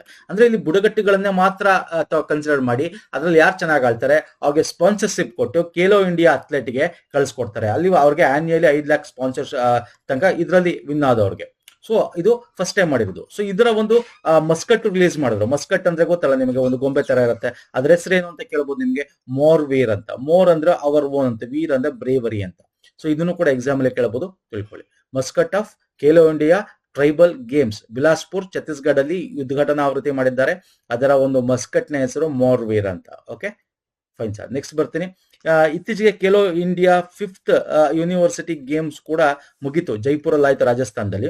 ಅದರಲ್ಲಿ ಕರ್ನಾಟಕ ಜೈನ್ ಯೂನಿವರ್ಸಿಟಿ 4ನೇ ಸ್ಥಾನದಲ್ಲಿದೆ. ಫಸ್ಟ್ ಯೂನಿವರ್ಸಿಟಿ ಬಂದು ನಿಮ್ಗೆ ಚಂಡೀಗಢ ಯೂನಿವರ್ಸಿಟಿ ಬರುತ್ತೆ. ಸೆಕೆಂಡ್ ನಿಮ್ಗೆ ಲವ್ಲಿ ಪ್ರೊಫೆಷನಲ್ ಯೂನಿವರ್ಸಿಟಿ ಪಂಜಾಬ್ ಬರುತ್ತೆ. 3ನೇದು ನಿಮ್ಗೆ ಗುರುನಾನಕ್ ಬರುತ್ತೆ ಯೂನಿವರ್ಸಿಟಿ. 4ನೇದು ನಮ್ ಜೈನ್ ಯೂನಿವರ್ಸಿಟಿ ಕರ್ನಾಟಕದ. 50 medal, 30 gold, 9 silver, 11 bronze medal ತಗೊಂಡಿತ್ತು ಕರ್ನಾಟಕ. ಓಕೆ, ಸೊ ಇದು ಕೂಡ ಎಕ್ಸ್ಟ್ರಾ ಇನ್ಫಾರ್ಮೇಶನ್ಸ್. ಹಾಗಾಗಿ ಇದಕ್ಕೆ ಸಪ್ರೇಟ್ ಕ್ವಶನ್ಸ್ ಬೇಡ ಅಂತ ಇನ್ಫಾರ್ಮೇಶನ್ ಇಲ್ಲೇ ಕೊಟ್ಟಿದ್ದೀನಿ ಸ್ನೇಹಿತರೆ. Shall we move to next question? ಕೇಳಬಹುದು ನಿಮ್ಗೆ. 5th Khelo India university games ಎಲ್ಲ ಆಯ್ತು, ಇತ್ತೀಚೆಗೆ ಮುಗಿತು. ಎಲ್ಲಿ ಅಂತ ಕೇಳಬಹುದು. ಅದರಲ್ಲಿ ಕರ್ನಾಟಕದ ಜೈನ್ ಯೂನಿವರ್ಸಿಟಿ 4ನೇ ಸ್ಥಾನದಲ್ಲಿ ಎಲ್ಲಿ ನಡೀತು ಅಂತ ಕೇಳಬಹುದು. ಎಲ್ಲಿ sir? Jaipur, Rajasthan. Okay, fine sir. Next ಬರ್ತೀನಿ. ಮೋಸ್ಟ್ ವೆರಿ ಇಂಪಾರ್ಟೆಂಟ್ ಕ್ವಶನ್ ಇದು. ಇತ್ತೀಚೆಗೆ ರಾಷ್ಟ್ರಪತಿ ದ್ರೌಪದಿ ಮುರ್ಮು ಅವರು ಅನುಮೋದಿಸಿದ ವಿಕಸಿತ್ ಭಾರತ್ ರೋಜ್ಗಾರ್ ಮತ್ತು ಆಜೀವಿಕಾ ಮಿಷನ್ ಗ್ರಾಮೀಣ. ನೋಡಿ, ಹೆಸರು ಚೇಂಜ್ ಮಾಡ್ಬಿಟ್ರು. ಒಂಚೂರು ಮಾಡಿಫಿಕೇಶನ್ ಮಾಡ್ಬಿಟ್ರು. ಏನದು? ವಿಕಸಿತ್ ಭಾರತ್ ರೋಜ್ಗಾರ್ ಗ್ರಾಮೀಣ ಆಜೀವಿಕಾ ಮಿಷನ್ ಅಂತ. ರೋಜ್ಗಾರ್ ಆಜೀವಿಕಾ ಮಿಷನ್ ಗ್ರಾಮೀಣ ಕಾಯ್ದೆ 2025. ಇದೇನು ಸರ್? ಇದು MG ನರೇಗಾ ಆಕ್ಟ್ ಇದೆ. MG ನರೇಗಾ ಕಾಯ್ದೆ 2005. ಅದನ್ನ ಚೇಂಜ್ ಮಾಡಿ ಈ ಹೆಸರು ಕೊಟ್ಟಿದ್ದಾರೆ ಅಷ್ಟೇ. Okay, Mahatma Gandhi national rural employment guarantee act ಏನಿದೆ ಅದನ್ನ ಚೇಂಜ್ ಮಾಡಿ ಆಜೀವಿಕಾ ಮಿಷನ್, ವಿಕಸಿತ್ ಭಾರತ್ ರೋಜ್ಗಾರ್ ಆಜೀವಿಕಾ ಮಿಷನ್ ಅಂತ ಒಂದು ಹೊಸದಾಗಿ ಕಾಯ್ದೆ ಮಾಡಿ ಈಗ 2025 ಮಾಡಿ ಅದನ್ನ ಮಾಡಿಫಿಕೇಶನ್ ಮಾಡಿದ್ದಾರೆ. ಸೊ ಇಲ್ಲಿ ನಾನು ಕೇಳಿರೋದು ಅದೇ. ಇದೇನಕ್ಕಿತ್ತು? ಗ್ರಾಮೀಣ ಕುಟುಂಬಗಳಿಗೆ ವೇತನ ಉದ್ಯೋಗ ಖಾತರಿ ಇತ್ತು, 100 ದಿನ ಅಂತಿತ್ತು. ಈಗ ಇದನ್ನು 125 ದಿನ ಮಾಡಿದ್ರೆ. ಎಕ್ಸಾಮ್ ಇದನ್ನು ಕೇಳಬಹುದು ನಿಮ್ಗೆ. ಓಕೆ, ಸೊ ಯಾವ್ದು ಹಳೆ ಕಾಯ್ದೆ ಚೇಂಜ್ ಮಾಡಿರೋದು ಅಂತ ನಾನು ಕ್ವಶನ್ ಕೇಳಿದ್ದೀನಿ. ಮಹಾತ್ಮ ಗಾಂಧಿ ರಾಷ್ಟ್ರೀಯ ಗ್ರಾಮೀಣ ಉದ್ಯೋಗ ಖಾತರಿ ಯೋಜನೆ 2005 ಇದನ್ನು ಚೇಂಜ್ ಮಾಡಿದ್ದಾರೆ. ಹೆಸರು ಚೇಂಜ್ ಮಾಡಿದ್ದಾರೆ. ಹೆಸರು ಬರೀ ಚೇಂಜ್ ಮಾಡಿದ್ದಾರೆ ಅಂದ್ರೆ ಒಂಚೂರು ಅಲ್ಲಿ ಅಡಿಷನ್ ಮಾಡಿದ್ದಾರೆ. 125 ದಿನ, ಮೊದಲು 100 ದಿನ ಆಯ್ತು, ಈಗ 125 ದಿನ ಕೊಡ್ತೀವಿ ವರ್ಷಕ್ಕೆ ಅಂತ. ಮತ್ತೆ ಇಲ್ಲಿ ಇನ್ನೊಂದು ಇಂಪಾರ್ಟೆಂಟ್ ಏನು ಅಂತಂದ್ರೆ, ಪೇಮೆಂಟ್ ವೀಕ್ಲಿ ಕೊಡಬೇಕು ಅಥವಾ ಮ್ಯಾಕ್ಸಿಮಮ್ 15 ದಿನ ಕೊಡಬೇಕು. ಅದಕ್ಕಿಂತ ಜಾಸ್ತಿ ಡಿಲೇ ಆಯ್ತು ಅಂದ್ರೆ ಲೇಟ್ ಪೇಮೆಂಟ್ ಫೀನು ಕೂಡ ಕೊಡಬೇಕಾಗತ್ತೆ. ಮತ್ತೆ ಇಲ್ಲಿ ಈಗ ಈ ಮಳೆ ಬಂದಾಗ ಈ ಒಂದು ಉಳುಮೆ ಮಾಡ್ತಾರೆ ಅಲ್ವಾ? ನಿಮ್ಗೆ ಗೊತ್ತಿದೆ, ಜೂನ್, ಜುಲೈ, ಆಗಸ್ಟ್ ಈ ಟೈಮಲ್ಲಿ, ಆ ಟೈಮಲ್ಲಿ 60 ದಿನ ಕಾಲ ಒಂದು ಪಾಸಿಂಗ್ ಪೀರಿಯಡ್ ಇರುತ್ತೆ. ಆ ಟೈಮಲ್ಲಿ ಕೆಲಸ ಕರೆಯಲ್ಲ. ಓಕೆ, ಕೆಲಸ ಕರೆಯಲ್ಲ. ಸೊ ಆ ಟೈಮಲ್ಲಿ ಅವರು ರಜಾ ತರ ಪಾಸ್ ಇಟ್ಟಿರ್ತಾರೆ. ಈ ಒಂದು ಕೆಲಸ ಕರೆಯಲ್ಲ ಅಂದ್ರೆ ನಿಮ್ಮ ಗ್ರಾಮಗಳಲ್ಲಿ ಏನೇ ಇರುತ್ತೆ, ಇನ್ಫ್ರಾಸ್ಟ್ರಕ್ಚರ್, ಎಸ್ಪೆಷಲಿ ಯಾವುದಕ್ಕೆ ಅವರು ಹೆಚ್ಚಿಗೆ ಒತ್ತು ಕೊಡ್ತಾ ಇರೋದು ಇನ್ಫ್ರಾಸ್ಟ್ರಕ್ಚರ್ ಆಗಿರ್ಬೋದು. ಓಕೆ, ಮತ್ತೆ ವಾಟರ್ಗೆ ಸಂಬಂಧಪಟ್ಟಂತೆ. ಸೊ ಈ ತರ ಇದಕ್ಕೆ ನೋಡಿ, livelihood related infrastructure, works mitigate in extreme weather, core rural infrastructure ಆಗಿದೆ, ವಾಟರ್ ಸೆಕ್ಯೂರಿಟಿ, ಇಂಥ ಕೆಲಸಗಳನ್ನು ಹೆಚ್ಚಾಗಿ ಮಾಡಿಸ್ಕೊಳ್ಳೋಕೆ ಇದು ಮಾಡ್ತಾ ಇರ್ತಕ್ಕಂಥದ್ದು. ಅಂಡ್ ಇದು 90-60-40 ಸ್ಟೇಟ್ಸ್ಗಳು, 90-10 ಹಿಮಾಲಯಾಸ್ ಅಥವಾ ನಾರ್ತ್ ಈಸ್ಟ್ ಸ್ಟೇಟ್ಸ್ ಗಳಿಗೆ ಇರ್ತಕ್ಕಂಥ ಒಂದು ಶೇರು. ಇದೆಲ್ಲ ಗೊತ್ತಿದೆ ನಿಮ್ಗೆ. So what is the main difference? ಇದು 100 ದಿನ ಇತ್ತು MG ನರೇಗಾ ಆಕ್ಟ್. ವಿಕಸಿತ್ ಭಾರತ್ ಗ್ರಾಮೀಣ ಆಜೀವಿಕಾ ಗ್ರಾಮೀಣ ಮಿಷನ್ ಬಂದು 125 ದಿನ ಇದೆ. ಓಕೆ, ಮತ್ತೆ ಇಲ್ಲಿ ಏನಿತ್ತು, ಸೆಂಟರ್ ಬಿಯರ್ಸ್ ಅನ್ಸ್ಕಿಲ್ಡ್ ವೇಜಸ್ ಮಾಡ್ತಾ ಇದ್ರು. ಈಗ ಹಂಗಲ್ಲ, ಸೆಂಟರ್ ಸ್ಟೇಟ್ ಕಾಸ್ಟ್ ಶೇರಿಂಗ್ 60-40 90-10 ಇರುತ್ತೆ ಹಿಮಾಲಯನ್ ಸ್ಟೇಟ್ಗೆ. 60 ದಿನ ಪಾಸಿಂಗ್ ಪೀರಿಯಡ್ ಇರುತ್ತೆ, ಮೊದಲು ಇರ್ತಿರ್ಲಿಲ್ಲ. ಸೊ ಇದನ್ನ ವೆರಿ ಇಂಪಾರ್ಟೆಂಟ್ ಪಾಯಿಂಟ್ಸ್ಗಳು ಎಕ್ಸಾಮ್ ಅಲ್ಲಿ ಕೇಳ್ತಾನೆ, ನೋಡ್ಕೊಳ್ಳಿ. ನೆಕ್ಸ್ಟ್, ಕರೆನ್ಸಿ ಆಧುನೀಕರಣ ಮತ್ತು ವರ್ಧಿತ ಭದ್ರಾ ಮಾನದಂಡ ಕಡೆಗೆ ವಿಶಾಲವಾದ ಕ್ರಮದ ಭಾಗವಾಗಿ ಯಾವ ದೇಶ ತನ್ನ ಮೊದಲ ಪಾಲಿಮರ್ 1 ರಿಯಾಲ್ ಬ್ಯಾಂಕ್ ನೋಟ್ ಅನ್ನು ಅನಾವರಣಗೊಳಿಸಿದೆ? ರಿಯಾಲ್ ಅಂದ್ರೆ ಯಾವ ದೇಶದ್ದು ಅದು ಹೇಳ್ತೀರಾ? ಒಮನ್ ದೇಶದ್ದಲ್ವಾ? ಒಮನ್ ದೇಶದ ರಿಯಾಲ್. ಓಕೆ, ಏನಿಲ್ಲ, ಪಾಲಿಮರ್ ಅಂದ್ರೆ ಪ್ಲಾಸ್ಟಿಕ್ ಬೇಸ್ಡ್, ಯಾಕಂದ್ರೆ ಅಲ್ಲೆಲ್ಲ ಹ್ಯೂಮಿಡಿಟಿ ಜಾಸ್ತಿ, ಒದ್ದೆ ಆಗುತ್ತೆ, ಈ ತರದಕ್ಕೆ ತಂದಿರ್ತಕ್ಕಂಥದ್ದು. ಸೊ ಇಂಥ ಕ್ವಶನ್ ಮಧ್ಯ ಬಂದ್ಬಿಡುತ್ತೆ, ನಾವು ಎಕ್ಸ್ಪೆಕ್ಟೇ ಮಾಡಿರೋದು ಇದು ಕೇಳಲ್ಲ ಅನ್ಕೋತೀವಿ, ಬಂದ್ಬಿಡುತ್ತೆ. ಹಂಗಾಗಿ ಇದನ್ನ ತಗೊಂಡಿದೀವಿ. ನೋಡ್ಕೊಳ್ಳಿ, ಜಾಸ್ತಿ ಸಿಂಪಲ್ ಆಗಿ ನೋಡ್ಕೊಳ್ಳಿ ಸಾಕು ಈ ಕ್ವಶನ್. ಅದ್ರಲ್ಲಿ ಏನಿದೆ, ಎಷ್ಟು ಅಳತೆ, ಅದ್ರ ಒಳಗೆ ಏನೇನಿದೆ ಇವೆಲ್ಲ ಕೊಟ್ಟಿದ್ದೀನಿ, ಅವೆಲ್ಲ ಬೇಕಾಗಿಲ್ಲ. ನಮ್ಮ ಭಾರತದಾದ್ರೆ ಬೇಕಾಗತ್ತೆ. ವಿಜಯಪಥ ಉಪಕ್ರಮವನ್ನು ಸೈಯಂಟ್ ಫೌಂಡೇಶನ್ ಯಾವ ರಾಜ್ಯ ಸರ್ಕಾರದೊಂದಿಗೆ ಪಾಲುದಾರಿಕೆಯಲ್ಲಿ ಸರ್ಕಾರಿ ಶಾಲೆಗಳಲ್ಲಿ ಎಐ ಮತ್ತು ಸ್ಟೆಮ್ ಶಿಕ್ಷಣ ಉತ್ತೇಜಿಸಲು ಜಾರಿಗೆ ತರುತ್ತಿದೆ? ನೋಡಿ, ಕೇಂದ್ರ ಸರ್ಕಾರ ನಮ್ಮ ಸ್ಟೇಟ್ ಗೌರ್ಮೆಂಟ್ ಜೊತೆ ಸೇರ್ಕೊಂಡು ಆರ್ಟಿಫಿಷಿಯಲ್ ಇಂಟೆಲಿಜೆನ್ಸ್ ಮತ್ತೆ ಸೈನ್ಸ್, ಟೆಕ್ನಾಲಜಿ, ಎಲೆಕ್ಟ್ರಾನಿಕ್ಸ್, ಮ್ಯಾಥಮೆಟಿಕ್ಸ್ ಇದಕ್ಕೆ ಸಂಬಂಧಪಟ್ಟಂತೆ ಸ್ಟೂಡೆಂಟ್ಸ್ಗೆ ಮತ್ತೆ ಟೀಚರ್ಸ್ಗೆ ಒಂದು ಟ್ರೈನಿಂಗ್ ಕೊಡೋದು. ಇದು ಕರ್ನಾಟಕ ಸರ್ಕಾರ ಜೊತೆ ಸ್ಟೇಟ್ ಮಾಡಿ ಲಾಂಚ್ ಮಾಡಿರೋದು. Union finance minister Nirmala Sitharaman ಅವರು ಇದನ್ನ ಲಾಂಚ್ ಮಾಡ್ತಾರೆ. ಓಕೆ, ಎಲ್ಲಿ? ವಿಜಯನಗರ ಡಿಸ್ಟಿಕ್ ಅಲ್ಲಿ, ಹೊಸಪೇಟೆ ತಾಲೂಕಲ್ಲಿ, ಗೌರ್ಮೆಂಟ್ ಗರ್ಲ್ಸ್ PU ಕಾಲೇಜಲ್ಲಿ, ಗೌರ್ಮೆಂಟ್ ಕಾಲೇಜ್ಗಳಲ್ಲಿ, ಸ್ಕೂಲ್ಗಳಲ್ಲಿ 2000 ಸ್ಟೂಡೆಂಟ್ಸ್ ಆಲ್ರೆಡಿ ಅವ್ರು ಟೀಚ್ ಇಕ್ವಿಪ್ ಮಾಡಿದ್ದಾರೆ. ಅಂದ್ರೆ ರೋಬೋಟಿಕ್ಸ್ ಬಗ್ಗೆ, ಆರ್ಟಿಫಿಷಿಯಲ್ ಇಂಟೆಲಿಜೆನ್ಸ್ ಬಗ್ಗೆ, ಇದಕ್ಕೆ ಏನ್ ಬೇಕು, ಲ್ಯಾಬೊರೇಟರಿಗೆ ಏನ್ ಬೇಕು, ಅದಕ್ಕೆ ಏನೇನು ಇಕ್ವಿಪ್ಮೆಂಟ್ ಎಲ್ಲ ಕೊಡ್ತಕ್ಕಂಥದ್ದು ಇದರಲ್ಲಿ ಇರುತ್ತೆ. ಮತ್ತೆ ಅವ್ರಿಗೆ ಸ್ಕಿಲ್ ಡೆವಲಪ್ ಮಾಡ್ತಕ್ಕಂಥದ್ದು, ಸೊ ಟೀಚರ್ಸ್ಗೂ ಮಾಡ್ತಕ್ಕಂಥದ್ದು, ಇದು ಇದರ ಅಡಿಯಲ್ಲಿ ಬರ್ತಕ್ಕಂಥದ್ದು. ಸೊ ಹಾಗಾಗಿ ನೋಡ್ಕೊಳ್ಳಿ. ನೆಕ್ಸ್ಟ್ ಬರ್ತೇನೆ. ಎವಿಯಾ ಇಂದ್ರ ವ್ಯಾಯಾಮವನ್ನು ಯಾವ 2 ದೇಶಗಳ ನಡುವೆ ನಡೆಸಲಾಗುತ್ತದೆ? ಎವಿಯಾ ಇಂದ್ರ ಅಂದ ತಕ್ಷಣ ನಿಮ್ಗೆ ಗೊತ್ತಾಗ್ಬಿಡ್ಬೇಕು, ಇಟ್ ಇಸ್ ಅ ರಷ್ಯಾ ಅಂತ. ಭಾರತ ಮತ್ತು ರಷ್ಯಾ, ಯಾಕಂದ್ರೆ ಇಂಡಿಯಾ ಅಂತ ಬರುತ್ತೆ. ಓಕೆ, ಭಾರತ ಮತ್ತು ರಷ್ಯಾ. ಇದೊಂದು air exercise, joint air exercise ಸ್ನೇಹಿತರೆ, ಭಾರತದಲ್ಲಿ ನಡೀತಾ ಇದೆ. ಓಕೆ, ಸೊ ಇದನ್ನ ನೋಡ್ಕೊಳ್ಳಿ. ಇದು ಬಿಟ್ರೆ ಇನ್ನು ಈ ತರದ್ದು ಮಧ್ಯ ಬರ್ತಾ ಇರುತ್ತೆ. ಭಾರತ ಇಂಡೋನೇಷಿಯಾದ ಸಂಬಂಧಪಟ್ಟಂತೆ ಗರುಡ ಶಕ್ತಿ 10ನೇ ಆವೃತ್ತಿ ನಡೀತಾ ಇದೆ. ಎಲ್ಲಿ ನಡೀತಾ ಇದೆ ಅಂತ ಕೇಳ್ತಾನೆ. ಇತ್ತೀಚೆಗೆ ಎಂತ ಕ್ವಶನ್ ಕೇಳ್ತಾನೆ ಅಂದ್ರೆ, ಇವೆಲ್ಲ ಕೇಳಲ್ಲ. ಗರುಡ ಶಕ್ತಿ ಯಾರ ನಡುವೆ ನಡೀತು ಹಿಂಗ್ ಕೇಳ್ತಾ ಇಲ್ಲ.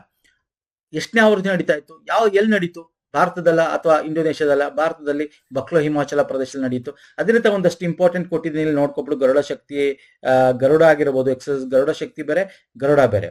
ಗರುಡ ಬಂದು ಇಂಡಿಯಾ, ಫ್ರಾನ್ಸ್ ನಡೀತಾ ಇದೆ. ಹಾಗೆ ಸೂರ್ಯ ಕಿರಣ್ ಆಗಿರ್ಬೋದು. ಓಕೆ, ಮತ್ತೆ ಇಂಡಿಯಾ ಮಲೇಷಿಯಾ 5th ಎಡಿಷನ್ ಹರಿಮಾವು ಶಕ್ತಿ ರಾಜಸ್ಥಾನದಲ್ಲಿ ನಡೀತಾ ಇದೆ. ಓಕೆ, ಹಾಗೆ ಆಸ್ಟ್ರೈಂಡ್ ಆಗಿರ್ಬೋದು, ಸಮುದ್ರ ಶಕ್ತಿ, ಇವೆಲ್ಲ ನೋಡ್ಕೊಳ್ಳಿ. ದಿಸ್ ಇಸ್ ವೆರಿ ಇಂಪಾರ್ಟೆಂಟ್ ಸ್ನೇಹಿತರೆ. ನೆಕ್ಸ್ಟ್, ಇತ್ತೀಚೆಗೆ ಒಮನ್ ಮಾರುಕಟ್ಟೆ ಪ್ರವೇಶಿಸಿದ GI ಟ್ಯಾಗ್ ಮಾಡಿದ ಇಂಡಿ ಲೈಮ್ ಅನ್ನು ಕರ್ನಾಟಕದ ಯಾವ ಜಿಲ್ಲೆಯಲ್ಲಿ ಬೆಳೆಯಲಾಗುತ್ತದೆ? ನೋಡಿ, ಇದು ಪ್ರೀವಿಯಸ್ ಮಂತ್ಸ್ಗಳಲ್ಲಿ ಸುದ್ದಿಯಲ್ಲಿದೆ. ಎಕ್ಸ್ಪೋರ್ಟ್ ಮಾಡ್ತಾ ಇದ್ವಿ. ಕರ್ನಾಟಕದ ಒಂದು ನಿಂಬೆ ಮತ್ತೆ ತಮಿಳುನಾಡಿನ ನಿಂಬೆ.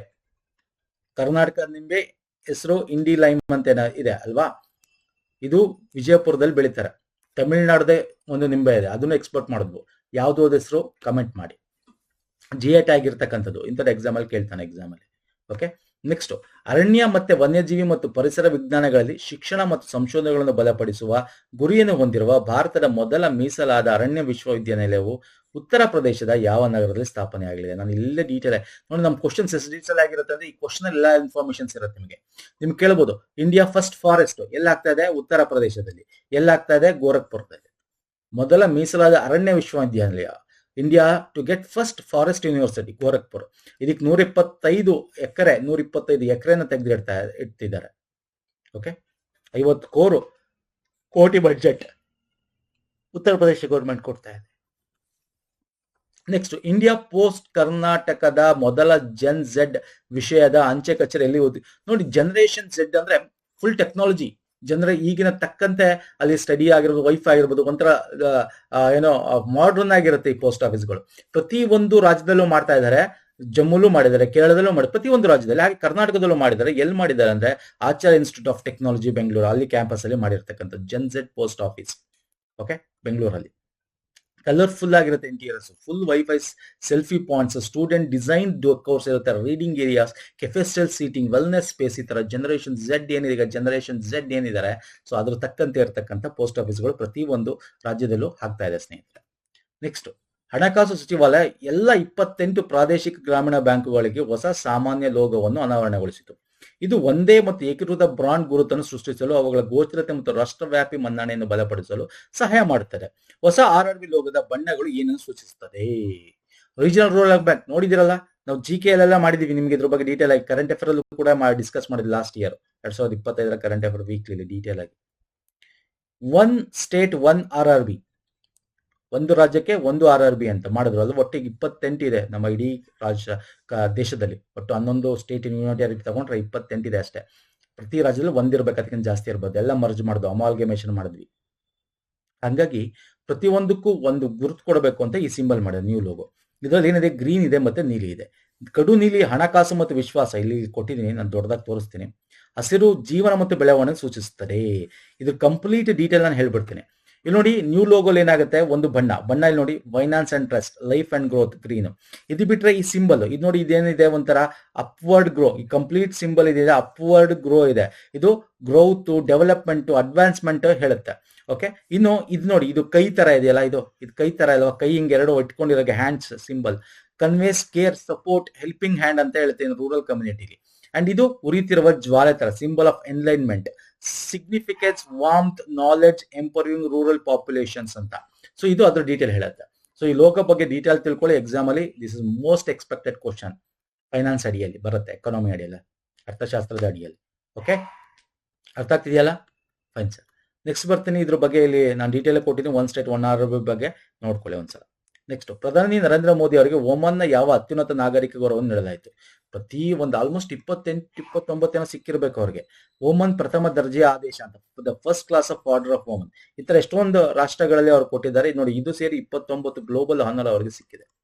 Okay, just for information. ಇದು ಒಂದೊಂದ್ಸಲ ಬಂದ್ಬಿಟ್ರೆ ಅಂತ, ಇದು ಅಷ್ಟು ಇಂಪಾರ್ಟೆಂಟ್ ಅಲ್ಲ, ಬಟ್ ಒಂದೊಂದ್ಸಲ ಕೇಳಿದ್ದಾನೆ ಕೂಡ ಪ್ರೀವಿಯಸ್ ಅಲ್ಲಿ. ಇತ್ತೀಚೆಗೆ GI ಟ್ಯಾಗ್ ಪಡೆದ ಪಂಡೂರು ಖಾದಿ ಭಾರತದ ಯಾವ ರಾಜ್ಯದ ಸಾಂಪ್ರದಾಯಿಕ ಬಟ್ಟೆ ಆಗಿದೆ? ನೋಡಿ, ಪಂಡೂರು ಖಾದಿ ಅಂತಕ್ಕಂಥದ್ದು ಕೈಯಿಂದ ನೇಯ್ದ ಖಾದಿ. ಇದು ಗಾಂಧೀಜಿಯವರು ಇದ್ರ ಬಗ್ಗೆ ಮಾತಾಡಿದ್ರು, ಮೆಚ್ಕೊಂಡಿದ್ರು. ಇದು ಆಂಧ್ರ ಪ್ರದೇಶದ ಒಂದು ಪಂಡೂರು ಖಾದಿ. ಆಂಧ್ರ ಪ್ರದೇಶದಲ್ಲಿ ಎಲ್ಲಿ ಬರುತ್ತೆ ಸರ್? ಇದು ಶ್ರೀಕಲಂ ಡಿಸ್ಟಿಕ್ ಅಲ್ಲಿ ಬರುತ್ತೆ, ಪಂಡೂರು ವಿಲೇಜ್.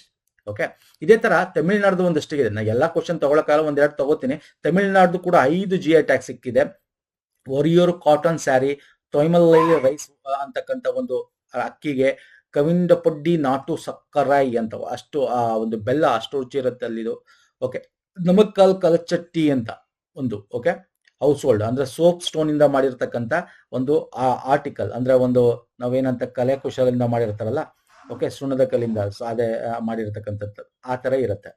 ಓಕೆ, ಇನ್ನೊಂದು ಚೊಪ್ಪು ಸಾಮಾನ್ ಅಂತ, ವುಡನ್ನಿಂದ ಮಾಡಿ, ನಾವು ಚನ್ನಪಟ್ಟಣದಲ್ಲಿ ವುಡನ್ ಮಾಡೋದು ಆ ತರದ ಕಿಚನ್ ಪ್ಲೇ ಸೆಟ್, ಆಟ ಆಡತಕ್ಕಂಥದ್ದು. ಸೊ ಇದಕ್ಕೆ GI ಟ್ಯಾಗ್ ಸಿಕ್ಕಿದೆ. ಅದೇ ರೀತಿ ಡಾರ್ಜಿಲಿಂಗ್ ನ ಒಂದು ಹಣ್ಣಿಗೆ GI ಟ್ಯಾಗ್ ಸಿಕ್ಕಿದೆ. ಯಾವ ಹಣ್ಣದು? ಇಲ್ಲಿ ನೋಡ್ತಾ ಇದ್ದಂಗೆ ಹೇಳ್ಬೋದು, ಆರೆಂಜ್ ಅಂತ, ಕಿತ್ತಳೆ. ಡಾರ್ಜಿಲಿಂಗ್ ನ ಮ್ಯಾಂಡರಿನ್ ಆರೆಂಜ್ ಅಂತ. ಓಕೆ, ಒಂದಷ್ಟು GI ಟ್ಯಾಗ್ ಬಗ್ಗೆ ಕೊಟ್ಟಿದ್ದೀನಿ. ಕೇಳ್ತಲ್ಲ ಇತ್ತೀಚೆಗೆ, ಯಾಕಂದ್ರೆ ಅಷ್ಟು GI ಟ್ಯಾಗ್ ಕೊಡ್ತಾರೆ. ಮೊದ್ಲು ಹಂಗೆ ಕೊಡ್ತಿರಲಿಲ್ಲ. ವರ್ಷಕ್ಕೆ ಒಂದು 10-20 ಕೊಟ್ಟರೆ ಅದೇ ಮ್ಯಾಕ್ಸಿಮಮ್ 15-20. ಈಗ ಹಂಗಲ್ಲ, ಈಗ ತಿಂಗಳಿಗೆ ಒಂದು 15-20 ಮೇಲೆ ಇರುತ್ತೆ. ಓಕೆ, ನೆಕ್ಸ್ಟ್ ನಮ್ಮ ಗೋಟ್ ಇಂಡಿಯಾ ಟೂರ್ ಅಂತ ಲಿಯೋನಿಯಲ್ ಮೆಸ್ಸಿ ಬಂದಿದ್ರು, ಗೊತ್ತಿದೆ ನಿಮ್ಗೆ. ಹೈದರಾಬಾದ್ ಬಂದ್ರು, ಮಹಾರಾಷ್ಟ್ರ ಇಲ್ಲೆಲ್ಲ ಹೋಗಿದ್ರಲ್ಲ, ಕೋಲ್ಕತ್ತಾ ಎಲ್ಲ ಕಡೆ ಹೋಗಿದ್ರು. ಓಕೆ, ಅದರಲ್ಲಿ 70 ಅಡಿ ಅವ್ರದ್ದು ವರ್ಚುಯಲಿ ಈ 70 ಅಡಿ ಇಮೇಜ್ನ, ಕಂಚಿನ ಇಮೇಜ್ನ ಅವರೇ ಇನಾಗ್ರೇಟ್ ಮಾಡಿದ್ದಾರೆ. ಎಲ್ಲಿ? ಇದು ಕೋಲ್ಕತ್ತಾದಲ್ಲಿ. ಕೋಲ್ಕತ್ತಾದಲ್ಲಿ ದೊಡ್ಡ ಇಶ್ಯೂನ ಆಗೋಗಿತ್ತು ಇವ್ರು ಬಂದಾಗಲ್ವಾ ಸರ್, ಆ ಒಂದು ಇದರಲ್ಲಿ ಸ್ಟೇಡಿಯಂ ಅಲ್ಲಿ. ಕ್ರೀಡಾ ಸಚಿವರು ಅಲ್ಲಿನ ಕ್ರೀಡಾ ರಿಸೈನ್ ಕೂಡ ಮಾಡಿದ್ರು ಅದು. Okay, fine. ನೆಕ್ಸ್ಟ್ ಬರ್ತೇನೆ. ಭಾರತವು ಇತ್ತೀಚೆಗೆ ಮೈಕ್ರೋ ಪ್ರೊಸೆಸರ್ ಅಭಿವೃದ್ಧಿ ಕಾರ್ಯಕ್ರಮ ಅಡಿಯಲ್ಲಿ ತನ್ನ ಮೊದಲ ಸಂಪೂರ್ಣ ಸ್ಥಳೀಯ ಮೈಕ್ರೋ ಪ್ರೊಸೆಸರ್ ಅನ್ನು ಬಿಡುಗಡೆ ಮಾಡುವ ಮೂಲಕ ತನ್ನ ಸೆಮಿಕಂಡಕ್ಟರ್ ಪ್ರಯಾಣದಲ್ಲಿ ಪ್ರಮುಖ ಮೈಲಿಗಲ್ಲು ಸಾಧಿಸಿದೆ. ಈ ಪ್ರೊಸೆಸ್ನ ಹೆಸರು, this is very important. One second, ನಿಮ್ಗೆ ಗೊತ್ತಿದೆ, ನಾವು ಸೆಮಿಕಂಡಕ್ಟರ್ಸ್ ಆಮದು ಮಾಡ್ಕೋತೀವಿ. ಈ ಆಮದು ಏನಿದೆ, ಇಂಪೋರ್ಟ್ ಏನಿದೆ, ಅದನ್ನ ತಗ್ಗಿಸ್ಬೇಕು. Import, okay, ಆಮದನ್ನು ತಗ್ಗಿಸ್ಬೇಕು. ಹಾಗೆ ನಮ್ಮ ಇಂಡಿಜಿನಿಯಸ್ಲಿ ಡೆವಲಪ್ಡ್ ಒಂದು ಇದು ಎಲ್ಲದಕ್ಕೂ ಯೂಸ್ ಆಗುತ್ತೆ. ಮೈಕ್ರೋ ಪ್ರೊಸೆಸರ್ ಚಿಪ್, ಇದು ಹೆಸರು ಧ್ರುವ್ ಅಂತ ಹೇಳಿ, Dhruv 64. Okay, it is a 1 GHz 64-bit dual core processor capability ಇರ್ತಕ್ಕಂಥದ್ದು. ಇದು ನಮ್ಗೆ ಎಲ್ಲೆಲ್ಲಿ ಯೂಸ್ ಆಗುತ್ತೆ? ಆರ್ಟಿಫಿಷಿಯಲ್ ಇಂಟೆಲಿಜೆನ್ಸ್ ಅಲ್ಲಿ, 5G ಇನ್ಫ್ರಾಸ್ಟ್ರಕ್ಚರ್ ಅಲ್ಲಿ, ಓಕೆ, ಇಂಟರ್ನೆಟ್ ಆಫ್ ಥಿಂಗ್ಸ್ ಅಲ್ಲಿ, ಓಕೆ, ಇಲ್ಲೆಲ್ಲ ಕೂಡ ನಾವು ಇದನ್ನು ಯೂಸ್ ಮಾಡ್ಕೋಬಹುದು. ನಮ್ಮ ಸ್ಥಳೀಯವಾಗಿ ಇದರಿಂದ ನಾವು ಆಮದು ಮಾಡ್ಕೊಳ್ಳೋದ್ರ ಮೇಲೆ ಡಿಪೆಂಡೆಂಟ್ ಕಮ್ಮಿ ಆಗುತ್ತೆ ಅನ್ನೋದು, this is very important. Next ಬರ್ತೀನಿ. It is a 64-bit. Exam ಅಲ್ಲಿ ಇದೆಲ್ಲ ಕೇಳ್ತಾನೆ ಸ್ನೇಹಿತರೆ. It is a 1 GHz 64-bit dual core processor. ಇದು ಗೊತ್ತಿರಬೇಕು. Micro processor firstly fully indigenously ಸ್ಥಳೀಯವಾಗಿ ಅಭಿವೃದ್ಧಿ ಪಡಿಸಿರ್ತಕ್ಕಂಥದ್ದು. ಹೇಳ್ತಾನೆ ಇವೆಲ್ಲ ಆಪ್ಷನ್ ಕೊಟ್ಬಿಡ್ತಾನೆ. ಬೇಕಾದ್ರೆ ಧ್ರುವ್ 64 ಅಂತ 2 ಆಪ್ಷನ್ ಕೊಟ್ಬಿಟ್ಟು ಒಂದ್ರಲ್ಲಿ 32-bit ಅಂತ ಕೊಟ್ಟಿದ್ರೆ, ಒಂದ್ರಲ್ಲಿ 64-bit ಅಂತ ಕೊಟ್ಟಿರ್ತಾನೆ. ಸೊ ಯಾವ್ದು ಸರ್? 64-bit. ಅರ್ಥ ಆಗ್ತಿದೆಯಲ್ಲ? Yes sir. ನೆಕ್ಸ್ಟ್ ಬರ್ತೀನಿ. ಸ್ಕ್ವಾಶ್ ನಲ್ಲಿ ಚೆನ್ನೈನಲ್ಲಿ ನಡೆದ ಅಂತಿಮ ಪಂದ್ಯದಲ್ಲಿ 3-0 ಅಂತರದ ಪ್ರಬಲ ಗೆಲುವಿನ ನಂತರ ಭಾರತ ಮೊದಲ ಬಾರಿಗೆ ಸ್ಕ್ವಾಶ್ ವಿಶ್ವಕಪ್ ಗೆಲ್ಲುವ ಮೂಲಕ ಇತಿಹಾಸ ಸೃಷ್ಟಿಸಿತು. ಹೌದು, ಯಾವ ವಿರುದ್ಧ ಇದನ್ನು ಗೆದ್ದಿದ್ದು ಸ್ಕ್ವಾಶ್ ಅಂದ್ರೆ ಇದರಲ್ಲಿ ಇವರು ಈ ಸ್ಕ್ವಾಶ್ ಅಂದ್ರೆ ಒಂಥರ 4 ವಾಲ್ ಅಡಿಯಲ್ಲಿ 4 ಗೋಡೆ ಮಧ್ಯದಲ್ಲಿ ಒಂದ್ ರೀತಿ ನಿಮಗೆ ಇದು ಟೆನ್ನಿಸ್ ತರ ಗೋಡೆಗೆ ಹೊಡೆದು ಇದು ವಾಪಸ್ ಬರುತ್ತೆ, ಇವರು ಇನ್ನೊಬ್ರು ಹೊಡಿಬೇಕು ಆ ತರ. ಸೊ ಇದರಲ್ಲಿ ನಮ್ಮ ಹಾಂಗ್ಕಾಂಗ್ ಅನ್ನ ಸೋಲಿಸಿ ಭಾರತ ಮೊದಲನೇ ಬಾರಿಗೆ ಗೆದ್ದಿರ್ತಕ್ಕಂಥದ್ದು. So this very important once again. So ಪ್ರಧಾನಮಂತ್ರಿಗಳು ಕೂಡ ವಿಶ್ ಮಾಡಿದ್ರು, ಇದು ಮಾಡಿದ್ರು. ಓಕೆ, ಜೋಶ್ನಾ ಚಿನ್ನಪ್ಪ, ಅಭಯ್ ಸಿಂಗ್, ವೇಲಾನ್ ಸೆಂಥಿಲ್ ಕುಮಾರ್, ಅನಂತ್ ಸಿಂಗ್ ಇವರು ಅವರ ವಿರುದ್ಧ ಗೆದ್ದಿರ್ತಕ್ಕಂಥದ್ದು. ಯಾರು? ಹಾಂಗ್ಕಾಂಗ್ ವಿರುದ್ಧ ಫಸ್ಟ್ ಟೈಮ್ ಗೆದ್ದಿರ್ತಕ್ಕಂಥ. ಎಲ್ಲಿ ನಡೀತು ಅಂತ ಕೇಳ್ಬೋದು, ಚೆನ್ನೈಲಿ ನಡೀತು. ಓಕೆ, ನೆಕ್ಸ್ಟ್ ಛತ್ತೀಸ್ಗಢ ಇತ್ತೀಚೆಗೆ ಬಿಲಾಸ್ಪುರ್ ಜಿಲ್ಲೆಯ ಒಂದು ಜೋಗು ಪ್ರದೇಶ ರಾಮ್ಸಾರ್ ಸಮಾವೇಶದ ಅಡಿಯಲ್ಲಿ ತನ್ನ ಮೊದಲ ರಾಮ್ಸಾರ್ ತಾಣವನ್ನು ಗೊತ್ತುಪಡಿಸಿದೆ. ಛತ್ತೀಸ್ಗಢ ಅಂಜೋರ್ ವಿಷನ್ 2047 ಹೊಂದಿಕೆಯಾಗುವ ಈ ಮನ್ನಣೆ ಯಾವ ಜಲಾಶಯ ಪಡೆದುಕೊಂಡಿದೆ? ನೋಡಿ, ಛತ್ತೀಸ್ಗಢ ಕೂಡ ಒಂದು ಮಿಷನ್ ಇಟ್ಕೊಂಡಿರೋ ಒಂದು ವಿಷನ್ ಅಡಿಯಲ್ಲಿ ನಮ್ಮ ಅವರ ಒಂದು ಜೋಗುಗಳನ್ನು ರಕ್ಷಿಸಬೇಕು, ವಾಟರ್ ಬಾಡಿ ರಕ್ಷಿಸಬೇಕು ಅಂತ. ಹಂಗಾಗಿ ಈಗ ಫಸ್ಟ್ ಟೈಮ್ ಛತ್ತೀಸ್ಗಢದಲ್ಲಿ ಇರಲಿಲ್ಲ, ಫಸ್ಟ್ ರಾಮ್ಸಾರ್ ಸೈಟ್ ಸಿಕ್ಕಿದೆ ಕೋಪ್ರಾ ಜಲಾಶಯಕ್ಕೆ. ಓಕೆ, ಈಗ ನೋಡಿ ನಿಮಗೆ ಪ್ರೀವಿಯಸ್ ಮಂತ್ ಕ್ವಶನ್ ಎಲ್ಲ ನೋಡಿದ್ 94 ಇತ್ತು, ಈಗ 96 ಆಗಿದೆ. ಅಲ್ಲಿ ತನಕ ಡಿಸೆಂಬರ್ 2025 ಅಪ್ಡೇಟ್ ಮಾಡ್ಕೋಬೇಕು. 96 ಆಗಿದೆ. ಯಾವ್ದು ಜಾಯ್ನ್ ಆಗಿರೋದು? ಸಿಲೇಶ್ ಲೇಕ್ ಅಂತ ರಾಜಸ್ಥಾನ್, ಕೋಪ್ರಾ ಜಲಾಶಯ ಛತ್ತೀಸ್ಗಢ. 2 ಜನ ಇದೆ, ಈಗ 96 ಇದೆ. ಸೊ ಇದನ್ನ ದಯವಿಟ್ಟು ಅಪ್ಡೇಟ್ ಮಾಡ್ಕೋತಾ ಇರಬೇಕು ಸ್ನೇಹಿತರೆ. ನಾವು ಮ್ಯಾರಥಾನ್ ವಿಡಿಯೋ ಹಿಂದ್ಗಡೆಲ್ಲ ನಾವು ಕ್ವಶನ್ಸ್ ಗಳು ನೋಡಿರ್ತಿಲ್ಲ, ಸೊ ಇದನ್ನ ಅಪ್ಡೇಟ್ ಮಾಡ್ಕೊಳ್ಳಿ. ನೆಕ್ಸ್ಟ್, ಆರ್ಥಿಕ ವ್ಯವಹಾರಗಳ ಕುರಿತಾದ ಕ್ಯಾಬಿನೆಟ್ ಸಮಿತಿ ವಿಮಾ ಕಾನೂನುಗಳನ್ನು ಮಸೂದೆ 2025 ಅನುಮೋದಿಸಿದೆ. ಇದು ಸಂಪೂರ್ಣ ಪ್ರೀಮಿಯಂ ಅನ್ನು ಭಾರತದೊಳಗೆ ಹೂಡಿಕೆ ಮಾಡಬೇಕೆಂಬ ಷರತ್ತಿಗೆ ಒಳಪಟ್ಟು ವಿಮಾ ವಲಯದಲ್ಲಿ 100% ವಿದೇಶಿ ನೇರ ಹೂಡಿಕೆಗೆ ಅವಕಾಶ ನೀಡುವ ಪ್ರಸ್ತಾವನೆ ಹೊಂದಿದೆ. ವಿಮಾ ಕಾನೂನು ತಿದ್ದುಪಡಿ ಮಸೂದೆ 2025 ಈ ಕೆಳಗಿನ ಯಾವ ಕಾಯ್ದೆಯನ್ನು ಬದಲಾಯಿಸಲು ಪ್ರಸ್ತಾಪಿಸುತ್ತದೆ? ಈ ತರ ಎಕ್ಸಾಮ್ ಅಲ್ಲಿ ಬರ್ತಾ ಇದೆ question. This is also very important. ನಮ್ಮ ಶಾಂತಿ ಬಿಲ್ ಅಂತ ನೋಡಿದ್ವಲ್ಲ, ಹಂಗೆ this is new insurance bill. ಇದರ ಹೆಸರೇನು ನೋಡೋಣ. ಈ ಬಿಲ್ ನ ಹೆಸರೇನು ನೋಡಿ, ಇದಕ್ಕೊಂದು ಹೆಸರಿಟ್ಟಿದ್ದಾರೆ. ಈಗ ನಾವೇನೋ ಪರಮಾಣು ಇದಕ್ಕೆ ಶಾಂತಿ ಕಾಯ್ದೆ ಬಿಲ್ ಅಂತ ಇಟ್ಟಿದ್ರು, ಹಂಗೆ ಇದಕ್ಕೂ ಕೂಡ ಬಿಲ್ ನ ಹೆಸರಿಟ್ಟಿದ್ದಾರೆ. ಏನ್ ಹೇಳಿ ನೋಡೋಣ ಅದು. 100% ಮೊದಲು 74 ಇತ್ತು ಸರ್, 74% ಇಂದ 100%ಗೆ ಇನ್ಶೂರೆನ್ಸ್ಗೆ ಕೊಟ್ಬಿಟ್ಟಿದ್ದಾರೆ. ಆಟೋಮೆಟಿಕ್ ರೂಟ್ ಅಲ್ಲಿ ಕೊಟ್ಬಿಟ್ಟಿದ್ದಾರೆ. ಅದುವೇ automatic, there is no permission required. But ಇಲ್ಲಿ ಒಂದು ಕಂಡೀಷನ್ ಏನಿದೆ, ನೀವು ಇಲ್ಲೇನು ಇನ್ಶೂರೆನ್ಸ್ ನೀವು ಪ್ರೀಮಿಯಂ ತಗೋತಿರಲ್ಲ, ಅದ್ರ ಎಲ್ಲಾ ಒಂದು ಇದನ್ನು ಕೂಡ ಭಾರತದಲ್ಲಿ ಇನ್ವೆಸ್ಟ್ ಆಗ್ಬೇಕು, ಭಾರತದಲ್ಲೇ ಅದು ಯೂಟಿಲೈಸ್ ಆಗ್ಬೇಕು ಅನ್ನೋದು. ಫಾರಿನ್ ಕಂಪ್ನೀಸ್ ಬರ್ಬೋದು. ಯಾಕೆ ಇದು ಇಂಪಾರ್ಟೆಂಟ್? ಫಾರಿನ್ ಕಂಪ್ನೀಸ್ ಬಂದಾಗ ಇನ್ಶೂರೆನ್ಸ್ ಎಲ್ಲರಿಗೂ ಸಿಗ್ಬೇಕು ಅಂತ, everybody has to get insurance ಅಂತ. ಅದ್ರ ಅರ್ಥ ಏನು? ಈ ಕಾಸ್ಟ್ಲಿ ಇದೆಯಲ್ಲ, ಅವಾಗ ಎಲ್ಲ ಕಾಂಪಿಟೇಷನ್ ಜಾಸ್ತಿ ಆಗ ಕಮ್ಮಿ ಆಗುತ್ತೆ ಪ್ರೈಸ್ಗಳು ಇನ್ಶೂರೆನ್ಸ್. ಮತ್ತೆ ಇಲ್ಲಿ ಇನ್ನೊಂದು ತಿದ್ದುಪಡಿ ಮಾಡಿದ್ರೆ ಹೇಳ್ತೀನಿ, ಅದ್ರ ಬಗ್ಗೆ ಹೇಳ್ತೀನಿ. ಈ 3 ಕಾಯ್ದೆಗಳನ್ನು ಅಮೆಂಡ್ ಮಾಡ್ತಾರೆ. ಸೊ ಮೇಲಿನ ಎಲ್ಲವೂ ಇಸ್ ದ ರೈಟ್ ಆನ್ಸರ್. ಏನ್ ಸರ್? ಮೇಲಿನ ಎಲ್ಲವೂ. ವಿಮಾ ಕಾಯ್ದೆ, insurance act, LIC act, IRDA act. ಈ 3. ಯಾಕೆ LIC ಆಕ್ಟ್ ಯಾಕೆ ಮಾಡಿದ್ರು? ಲೈಫ್ ಇನ್ಶೂರೆನ್ಸ್ ಇತ್ತಲ್ಲ, ಯಾಕೆ ಮಾಡಿದ್ರು ಅಂದ್ರೆ IRDA ಆಕ್ಟ್ ಮಾಡಿದ್ರು. ಬರೀ ಇನ್ಶೂರೆನ್ಸ್ ಆಕ್ಟ್ ಮಾಡ್ಬೋದಾಗಿತ್ತಲ್ಲ. ಯಾಕೆ ಅಂದ್ರೆ ಮೊದಲು ಲೈಫ್ ಇನ್ಶೂರೆನ್ಸ್ ಕೊಡೋರು ಅವ್ರು ಅದನ್ನ ಮಾತ್ರ ಕೊಡಬೇಕಾಗಿತ್ತು, ಬೇರೆ ಅದರ್ ಇನ್ಶೂರೆನ್ಸ್ ಅಂದ್ರೆ ಮೆಡಿಕಲ್ ಎಲ್ಲ ಕೊಡಂಗಿರ್ತಿಲ್ಲ. ಮೆಡಿಕಲ್ ಕೊಡೋರು ಲೈಫ್ ಇನ್ಶೂರೆನ್ಸ್ ಕೊಡಂಗೆ ಈ ತರ ಇತ್ತು. ಈಗ ಯಾರು ಎರಡನ್ನೂ ಕೊಡಬಹುದು ಅನ್ನೋದು ಇದ್ರಲ್ಲಿ ಬರುತ್ತೆ. ಓಕೆ, ದೇರ್ ಇಸ್ ನೋ ಇದು ಕಾನ್ಫ್ಲಿಕ್ಟ್ ಇಲ್ಲ ಇವಾಗ. ಈ ಒಂದು ಬಿಲ್ ಅಲ್ಲಿ ಅದು ಮಂಡಿಸ್ತಾ ಇದ್ದಾರೆ. ಓಕೆ, ಸೊ ಹಾಗಾಗಿ ದಿಸ್ ಇಸ್ ವೆರಿ ಇಂಪಾರ್ಟೆಂಟ್. ಅದಷ್ಟೇನು ಸಬ್ಕ ಭೀಮಾ ಸಬ್ಕಿ ರಕ್ಷಾ ಅಂತ ನೋಡಿ. ಹಿಂದಿಲಿ ಭೀಮಾ ಅಂತ ನಾವು ವಿಮಾ ಅಂತೀವಿ ಅಷ್ಟೇ. ಸಬ್ಕ ಭೀಮಾ ಸಬ್ಕ ರಕ್ಷಾ ಅಂತ. ಓಕೆ, ಅರ್ಥ ಆಗ್ತಿದೆಯಲ್ಲ.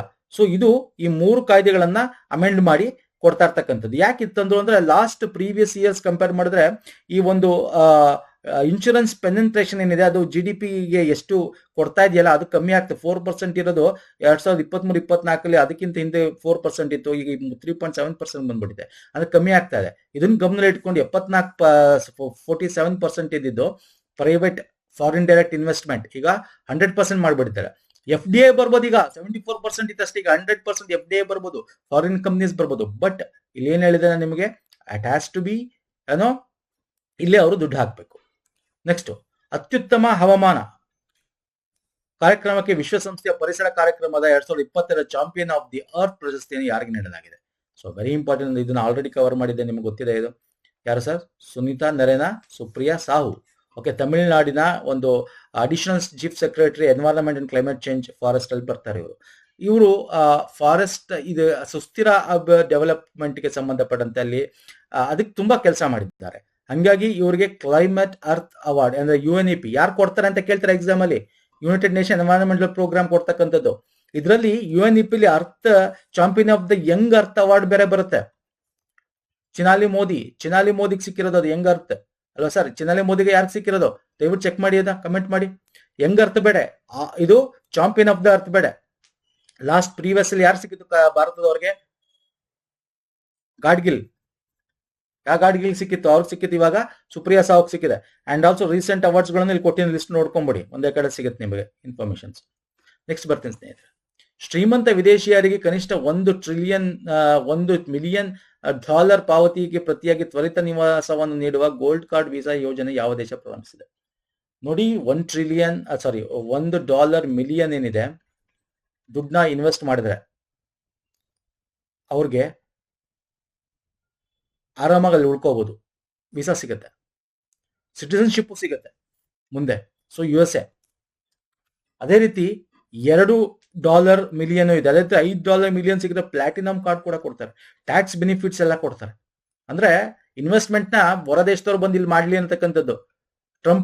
ಟ್ರಂಪ್ ಗೋಲ್ಡ್ ಕಾರ್ಡ್ ಸ್ಕೀಮ್ ಅಂತ ಮಾಡಿದ್ರು. Donald Trump gold card scheme ಅಂತ. Okay, next.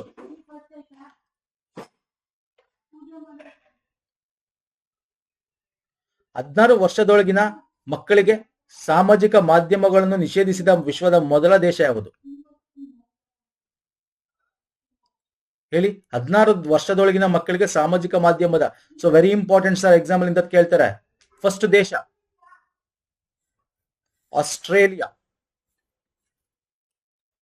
ಆಸ್ಟ್ರೇಲಿಯಾ.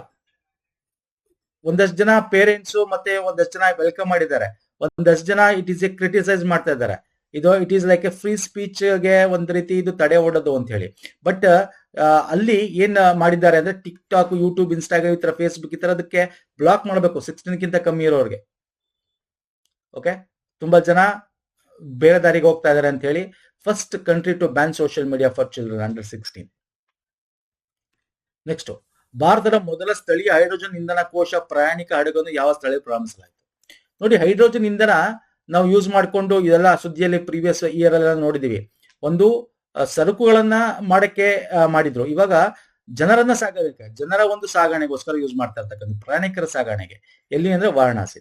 ಹೈಡ್ರೋಜನ್ ಅಂದ್ರೆ ನಿಮ್ಗೆ ಗೊತ್ತಲ್ಲ, ಹೈಡ್ರೋಜನ್ ಅಲ್ಲಿ ನಿಮಗೆ ವಾಟರ್ ಬಿಡುಗಡೆ ಆಗತ್ತೆ, ನಿಮಗೆ ಯಾವುದೇ ಆದ ಗ್ರೀನ್ ಹೌಸ್ ಗ್ಯಾಸ್ ಬಿಡುಗಡೆ ಆಗಲ್ಲ ಅಲ್ವಾ? ಸೊ ಹಾಗಾಗಿ ದಿಸ್ ಇಸ್ ವೆರಿ ಇಂಪಾರ್ಟೆಂಟ್. ನಮ್ಮ ಹೈಡ್ರೋಜನ್ ಮಿಷನ್ 2030 ಅಡಿಯಲ್ಲಿ ಮತ್ತೆ 2047 ವಿಕಸಿತ ಭಾರತ ಅಡಿಯಲ್ಲಿ, ಹಾಗೆ 2070 ನಮ್ಮ ನೆಟ್ ಝೀರೋ ಅಡಿಯಲ್ಲಿ, ಇವೆಲ್ಲ ನೋಡಿ, ಇವೆಲ್ಲ ಗೊತ್ತಿರಬೇಕು, ಇವೆಲ್ಲ ಕೇಳ್ತಾನೆ ಎಕ್ಸಾಮ್ ಅಲ್ಲಿ. ಇವೆಲ್ಲ ಅಡಿಯಲ್ಲಿ ನಮಗೆ this is very important to achieve targets.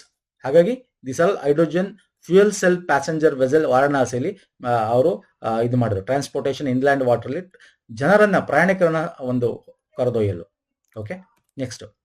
ಗ್ರಾಮೀಣ ಕುಡಿಯುವ ನೀರಿನ ಆಡಳಿತವನ್ನು ಸುಧಾರಿಸಲು ಸುಜಲಾಂ ಭಾರತ ಆಪ್ ಅನ್ನು ಯಾವ ಸಚಿವಾಲಯ ಪ್ರಾರಂಭಿಸಿದೆ? ಸುಜಲಾಂ ಭಾರತ್, ಇದೇ ಹೇಳ್ಬಿಟ್ಟು ನೋಡಿ, ಸುಜಲಾಂ ಭಾರತ್ ಆಪ್ ಅಂದ್ರೆ ರೂರಲ್ ಡ್ರಿಂಕಿಂಗ್ ವಾಟರ್. ನೋಡಿ, ಆಡಳಿತ, ಗವರ್ನೆನ್ಸ್ ಅಂದ್ರೆ ಇದನ್ನು ಜಲಶಕ್ತಿ ಸಚಿವಾಲಯ ಮಾಡಿರ್ತಕ್ಕಂಥದ್ದು. ಈ ಆಪ್ ನಲ್ಲಿ ಎಲ್ಲಿ ಏನ್ ನಡೀತಾ ಇದೆ? GIS based. Okay, GIS based. Okay, ಅದಕ್ಕೋಸ್ಕರ ಬಿಸಾಗ್ ಎನ್ ಅಂತ ಸಪೋರ್ಟ್ ನ ಯೂಸ್ ಮಾಡ್ಕೊತಾರೆ. ಓಕೆ, ಇದು ಜಿಸ್ ಬೇಸ್ಡ್ ನಿಮಗೆ ಎಲ್ಲಿ ಏನೇನೋ ನಡೀತಾ ಇದೆ ಅಂದ್ರೆ ವರ್ಕ್ ಏನ್ ನಡೀತಾ ಇದೆ, ಅಲ್ಲಿ ವಾಟರ್ ಕಂಟೆಂಟ್ ಹೆಂಗಿದೆ, ಕ್ವಾಲಿಟಿ, ಇನ್ಫ್ರಾಸ್ಟ್ರಕ್ಚರ್ ಹೆಂಗಿದೆ, ಕ್ವಾಲಿಟಿ ಆಫ್ ವಾಟರ್ ಸಪ್ಲೈ ಸರಿ ಇದೆಯಾ, ಫೀಡ್ಬ್ಯಾಕ್ ಜನರೇಷನ್ ಏನಾದ್ರು ಇದ್ರೆ ನಿಮ್ಗೆ ಆನ್ಲೈನ್ ಅಲ್ಲೇ ನೀವು ಫೀಡ್ಬ್ಯಾಕ್ ಕೊಡ್ಬೋದು, ಅದನ್ನ ಇದು ಮಾಡ್ಬೋದು, ಅದನ್ನ ಟ್ರ್ಯಾಕ್ ಮಾಡ್ಬೋದು. ಈ ತರ ಎಲ್ಲ ಟ್ರ್ಯಾಕ್ ಮಾಡೋದಿ ನಮ್ಮ ಒಂದು ministry of Jal Shakti Sujalam Bharat app ತಗೊಂಡು ಡಿಜಿಟಲ್ ಪ್ಲಾಟ್ಫಾರ್ಮ್. ಟ್ರಾನ್ಸ್ಪರೆನ್ಸಿಂಗ್ ನ ಇನ್ಕ್ಲೂಡ್ ಮಾಡಕ್ಕೆ ಟ್ರಾನ್ಸ್ಪರೆನ್ಸಿ ಇರಬೇಕು. ಅವಾಗ ಗ್ರಾಮೀಣ ಜನರಿಗೆ ಕುಡಿಯೋ ನೀರನ್ನ ಒಂದು ನಾವು ತಲುಪಿಸ್ದಂಗಾಗತ್ತೆ. ಓನರ್ಶಿಪ್ ಇದ್ದಂಗೆ ಇರಬೇಕು. ಸೊ ಹಂಗಾಗಿ ಇದನ್ನ ತಂದಿರೋದು. ಸಿಂಪಲ್ ಆಗಿ ಕೇಳ್ತಾನೆ.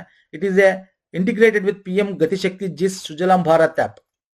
ಓಕೆ, ನೆಕ್ಸ್ಟ್ ಬರ್ತೇನೆ. ಕರ್ನಾಟಕ ರಾಜ್ಯ ಕ್ರಿಕೆಟ್ ಸಂಸ್ಥೆ ಹೊಸ ಅಧ್ಯಕ್ಷ ಯಾರಾದ್ರು ಸರ್? ವೆಂಕಟೇಶ್ ಪ್ರಸಾದ್ ಅಲ್ವಾ? ಈಸಿ ಕ್ವಶನ್ ಆಯ್ತು. ಶಾಂತಕುಮಾರ್ ಸೋಲ್ಸಿದ್ರು.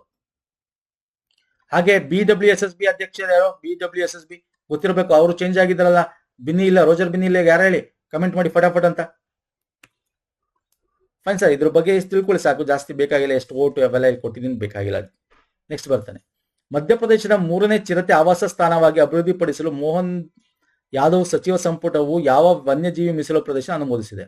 ನೋಡಿ, ನಿಮ್ಗೆ ಗೊತ್ತಿದೆ, ನಾವು ಆಫ್ರಿಕಾದಿಂದ ಚೀತಾಗಳನ್ನ ತರ್ತಾ ಇದೀವಿ. ಆಫ್ರಿಕಾದಿಂದ ಚೀತಾಸ್ ಅಲ್ವಾ? ಆಲ್ರೆಡಿ ಎರಡು ಕಡೆ ನಾವು ಹಾಕಿದೀವಿ. ಚೀತಾ 2 ಕಡೆ ಹಾಕಿದೀವಿ. ಈಗ 3ನೇದು ಯಾವ್ದಾವ್ದಕ್ಕೆ ಹಾಕಿದೀವಿ ಕಮೆಂಟ್ ಮಾಡಿ ನೋಡೋಣ. ಈಗ ಇನ್ನೊಂದು ಬೋಟ್ಸ್ವಾನಾದಿಂದ ಬರುತ್ತೆ, ಬೋಟ್ಸ್ವಾನಾದಿಂದ ಬರುತ್ತೆ. ವೀರಾಂಗಣ ದುರ್ಗಾವತಿ ಹುಲಿ ಮೀಸಲು ಪ್ರದೇಶ ಮೂರನೇದು. ಎರಡು ಯಾವುದು? ಕುನೋ ನ್ಯಾಷನಲ್ ಪಾರ್ಕ್, ಇನ್ನೊಂದು ಗಾಂಧಿ ಸಾಗರ್ ವೈಲ್ಡ್ ಲೈಫ್ ಅಲ್ವಾ ಸರ್. ಚೀತಾಗಳನ್ನ ತಂದುಬಿಟ್ಟಿದ್ವಿ, 31 ಚೀತಾಸ್, 28 ಕೂನೋ, 3 ಗಾಂಧಿ ಸಾಗರದಲ್ಲೇ. ನೆಕ್ಸ್ಟ್ 8 ಚೀತಾಸ್ ಬರುತ್ತೆ ಬೋಟ್ಸ್ವಾನಾ ಬೈ ಜನವರಿ 2026 ಒಳಗೆ. ಓಕೆ, ಕೇಳ್ತಾನೆ ಇದೆಲ್ಲ ಒಂದ್ ದಿವಸ ಬರೆಯೋದು ಕೇಳ್ಬೋದು, ಅಥವಾ ಬೇರೆ ರೀತಿ ಕೇಳ್ಬೋದು, ಅಥವಾ ಇತ್ತೀಚೆ ಸುದ್ದಿಲೇ ಇತ್ತು ಎಲ್ಲಿದೆ ಅಂತ ಕೇಳ್ಬೋದು. ವೀರಾನಾಗ ದುರ್ಗಾವತಿ ಟೈಗರ್ ಎಲ್ಲಿದೆ ಅಂತ ಕೇಳ್ಬೋದು. ಓಕೆ, ನೆಕ್ಸ್ಟ್ ಬರ್ತೇನೆ. 2026ಕ್ಕೆ 35 ರಾಷ್ಟ್ರಗಳ ಅಂತಾರಾಷ್ಟ್ರೀಯ ಪ್ರಜಾಪ್ರಭುತ್ವ ಮತ್ತು ಚುನಾವಣಾ ಸಹಾಯ ಸಂಸ್ಥೆ ಅಧ್ಯಕ್ಷರಾಗಿ ಯಾರು ನೇಮಕಗೊಳ್ಳಲಾಗಿದ್ದಾರೆ? ಓಕೆ, ನೋಡಿ, ನಾವು ಈ ಒಂದು ಪ್ರಜಾಪ್ರಭುತ್ವ, ಡೆಮೋಕ್ರಸಿ ಅಂತ ಏನ್ ಕರಿತೀವಿ,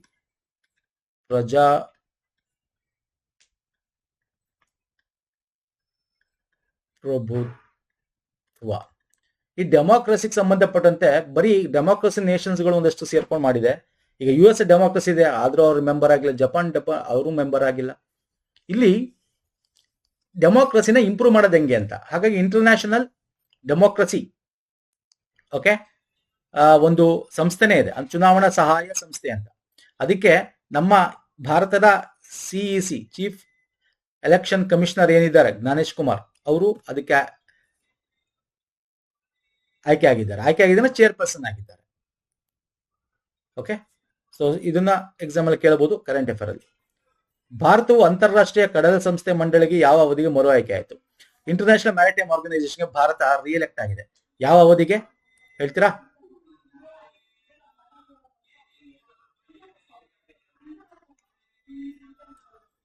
ಎರಡ್ 2026-27ಕ್ಕೆ.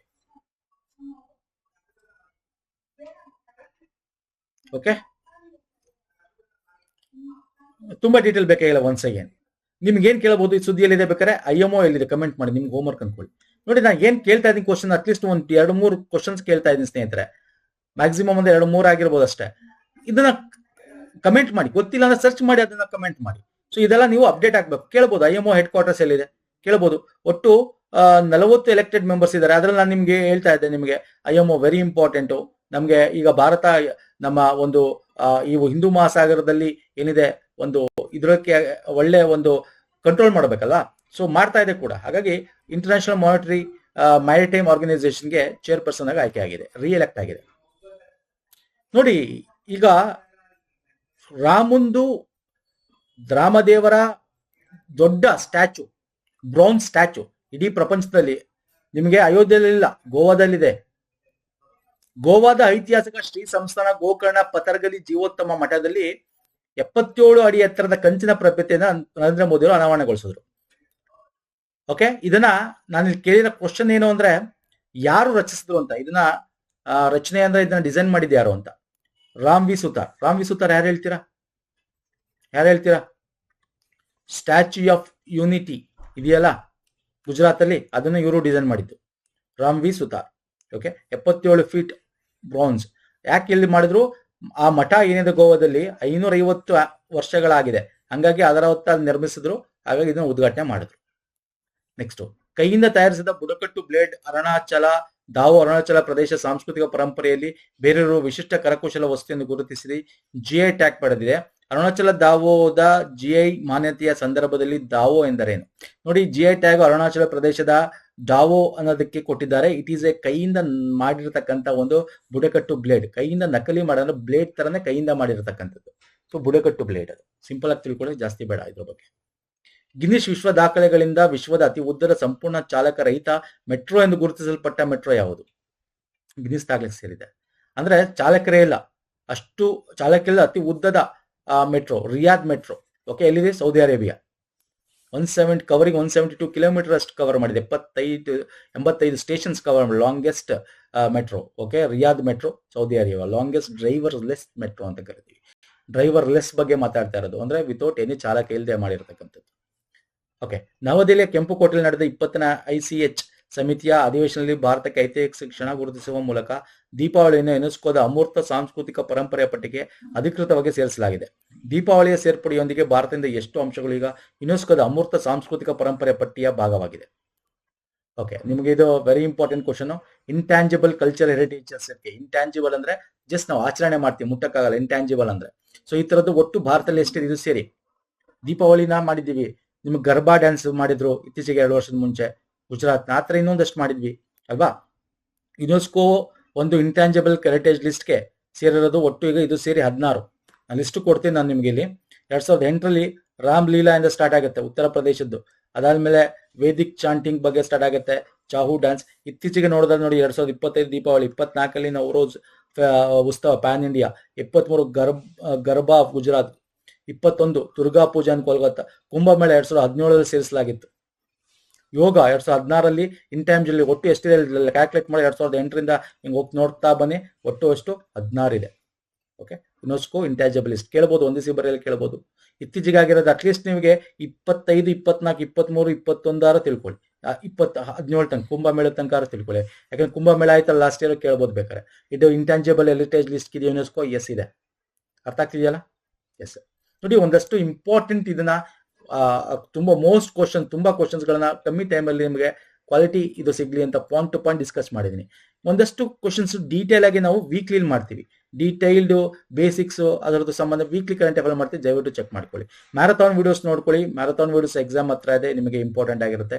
ಲಿಂಕ್ ಡಿಸ್ಕ್ರಿಪ್ಷನ್ ಬಾಕ್ಸಲ್ಲಿ ಕೊಟ್ಟಿರ್ತೀನಿ. ಅಂಡ್ PDF ಎಲ್ಲ ನಮ್ಮ PDF ಕರೆಂಟ್ ಅಫೇರ್ ಸಂಬಂಧಪಟ್ಟಂತೆ ಟೆಲಿಗ್ರಾಮಲ್ಲಿ ಶೇರ್ ಆಗುತ್ತೆ. ಟೆಲಿಗ್ರಾಮ್, ಇನ್ಸ್ಟಾಗ್ರಾಮ್ ಫಾಲೋ ಮಾಡಿಲ್ಲ ಮಾಡ್ಕೊಳ್ಳಿ, ಅಲ್ಲೇ ನೀವು PDF ತಗೋಬಹುದು. ಪುನೀತ್ ಫೋರಮ್ ಸರ್ಚ್ ಮಾಡಿ, ಈ ರೀತಿ ಸಿಂಬಲ್ ಸಿಗುತ್ತೆ, ತಾವು ಜಾಯ್ನ್ ಆಗ್ಬೋದು. ಸೊ ನೆಕ್ಸ್ಟ್ ವಿಡಿಯೋದಲ್ಲಿ ಪುನಃ ಸಿಗ್ತೀನಿ. ನಮಸ್ಕಾರ, ಧನ್ಯವಾದಗಳು. ಥ್ಯಾಂಕ್ ಯು ಸೋ ಮಚ್ ಸ್ನೇಹಿತರೆ.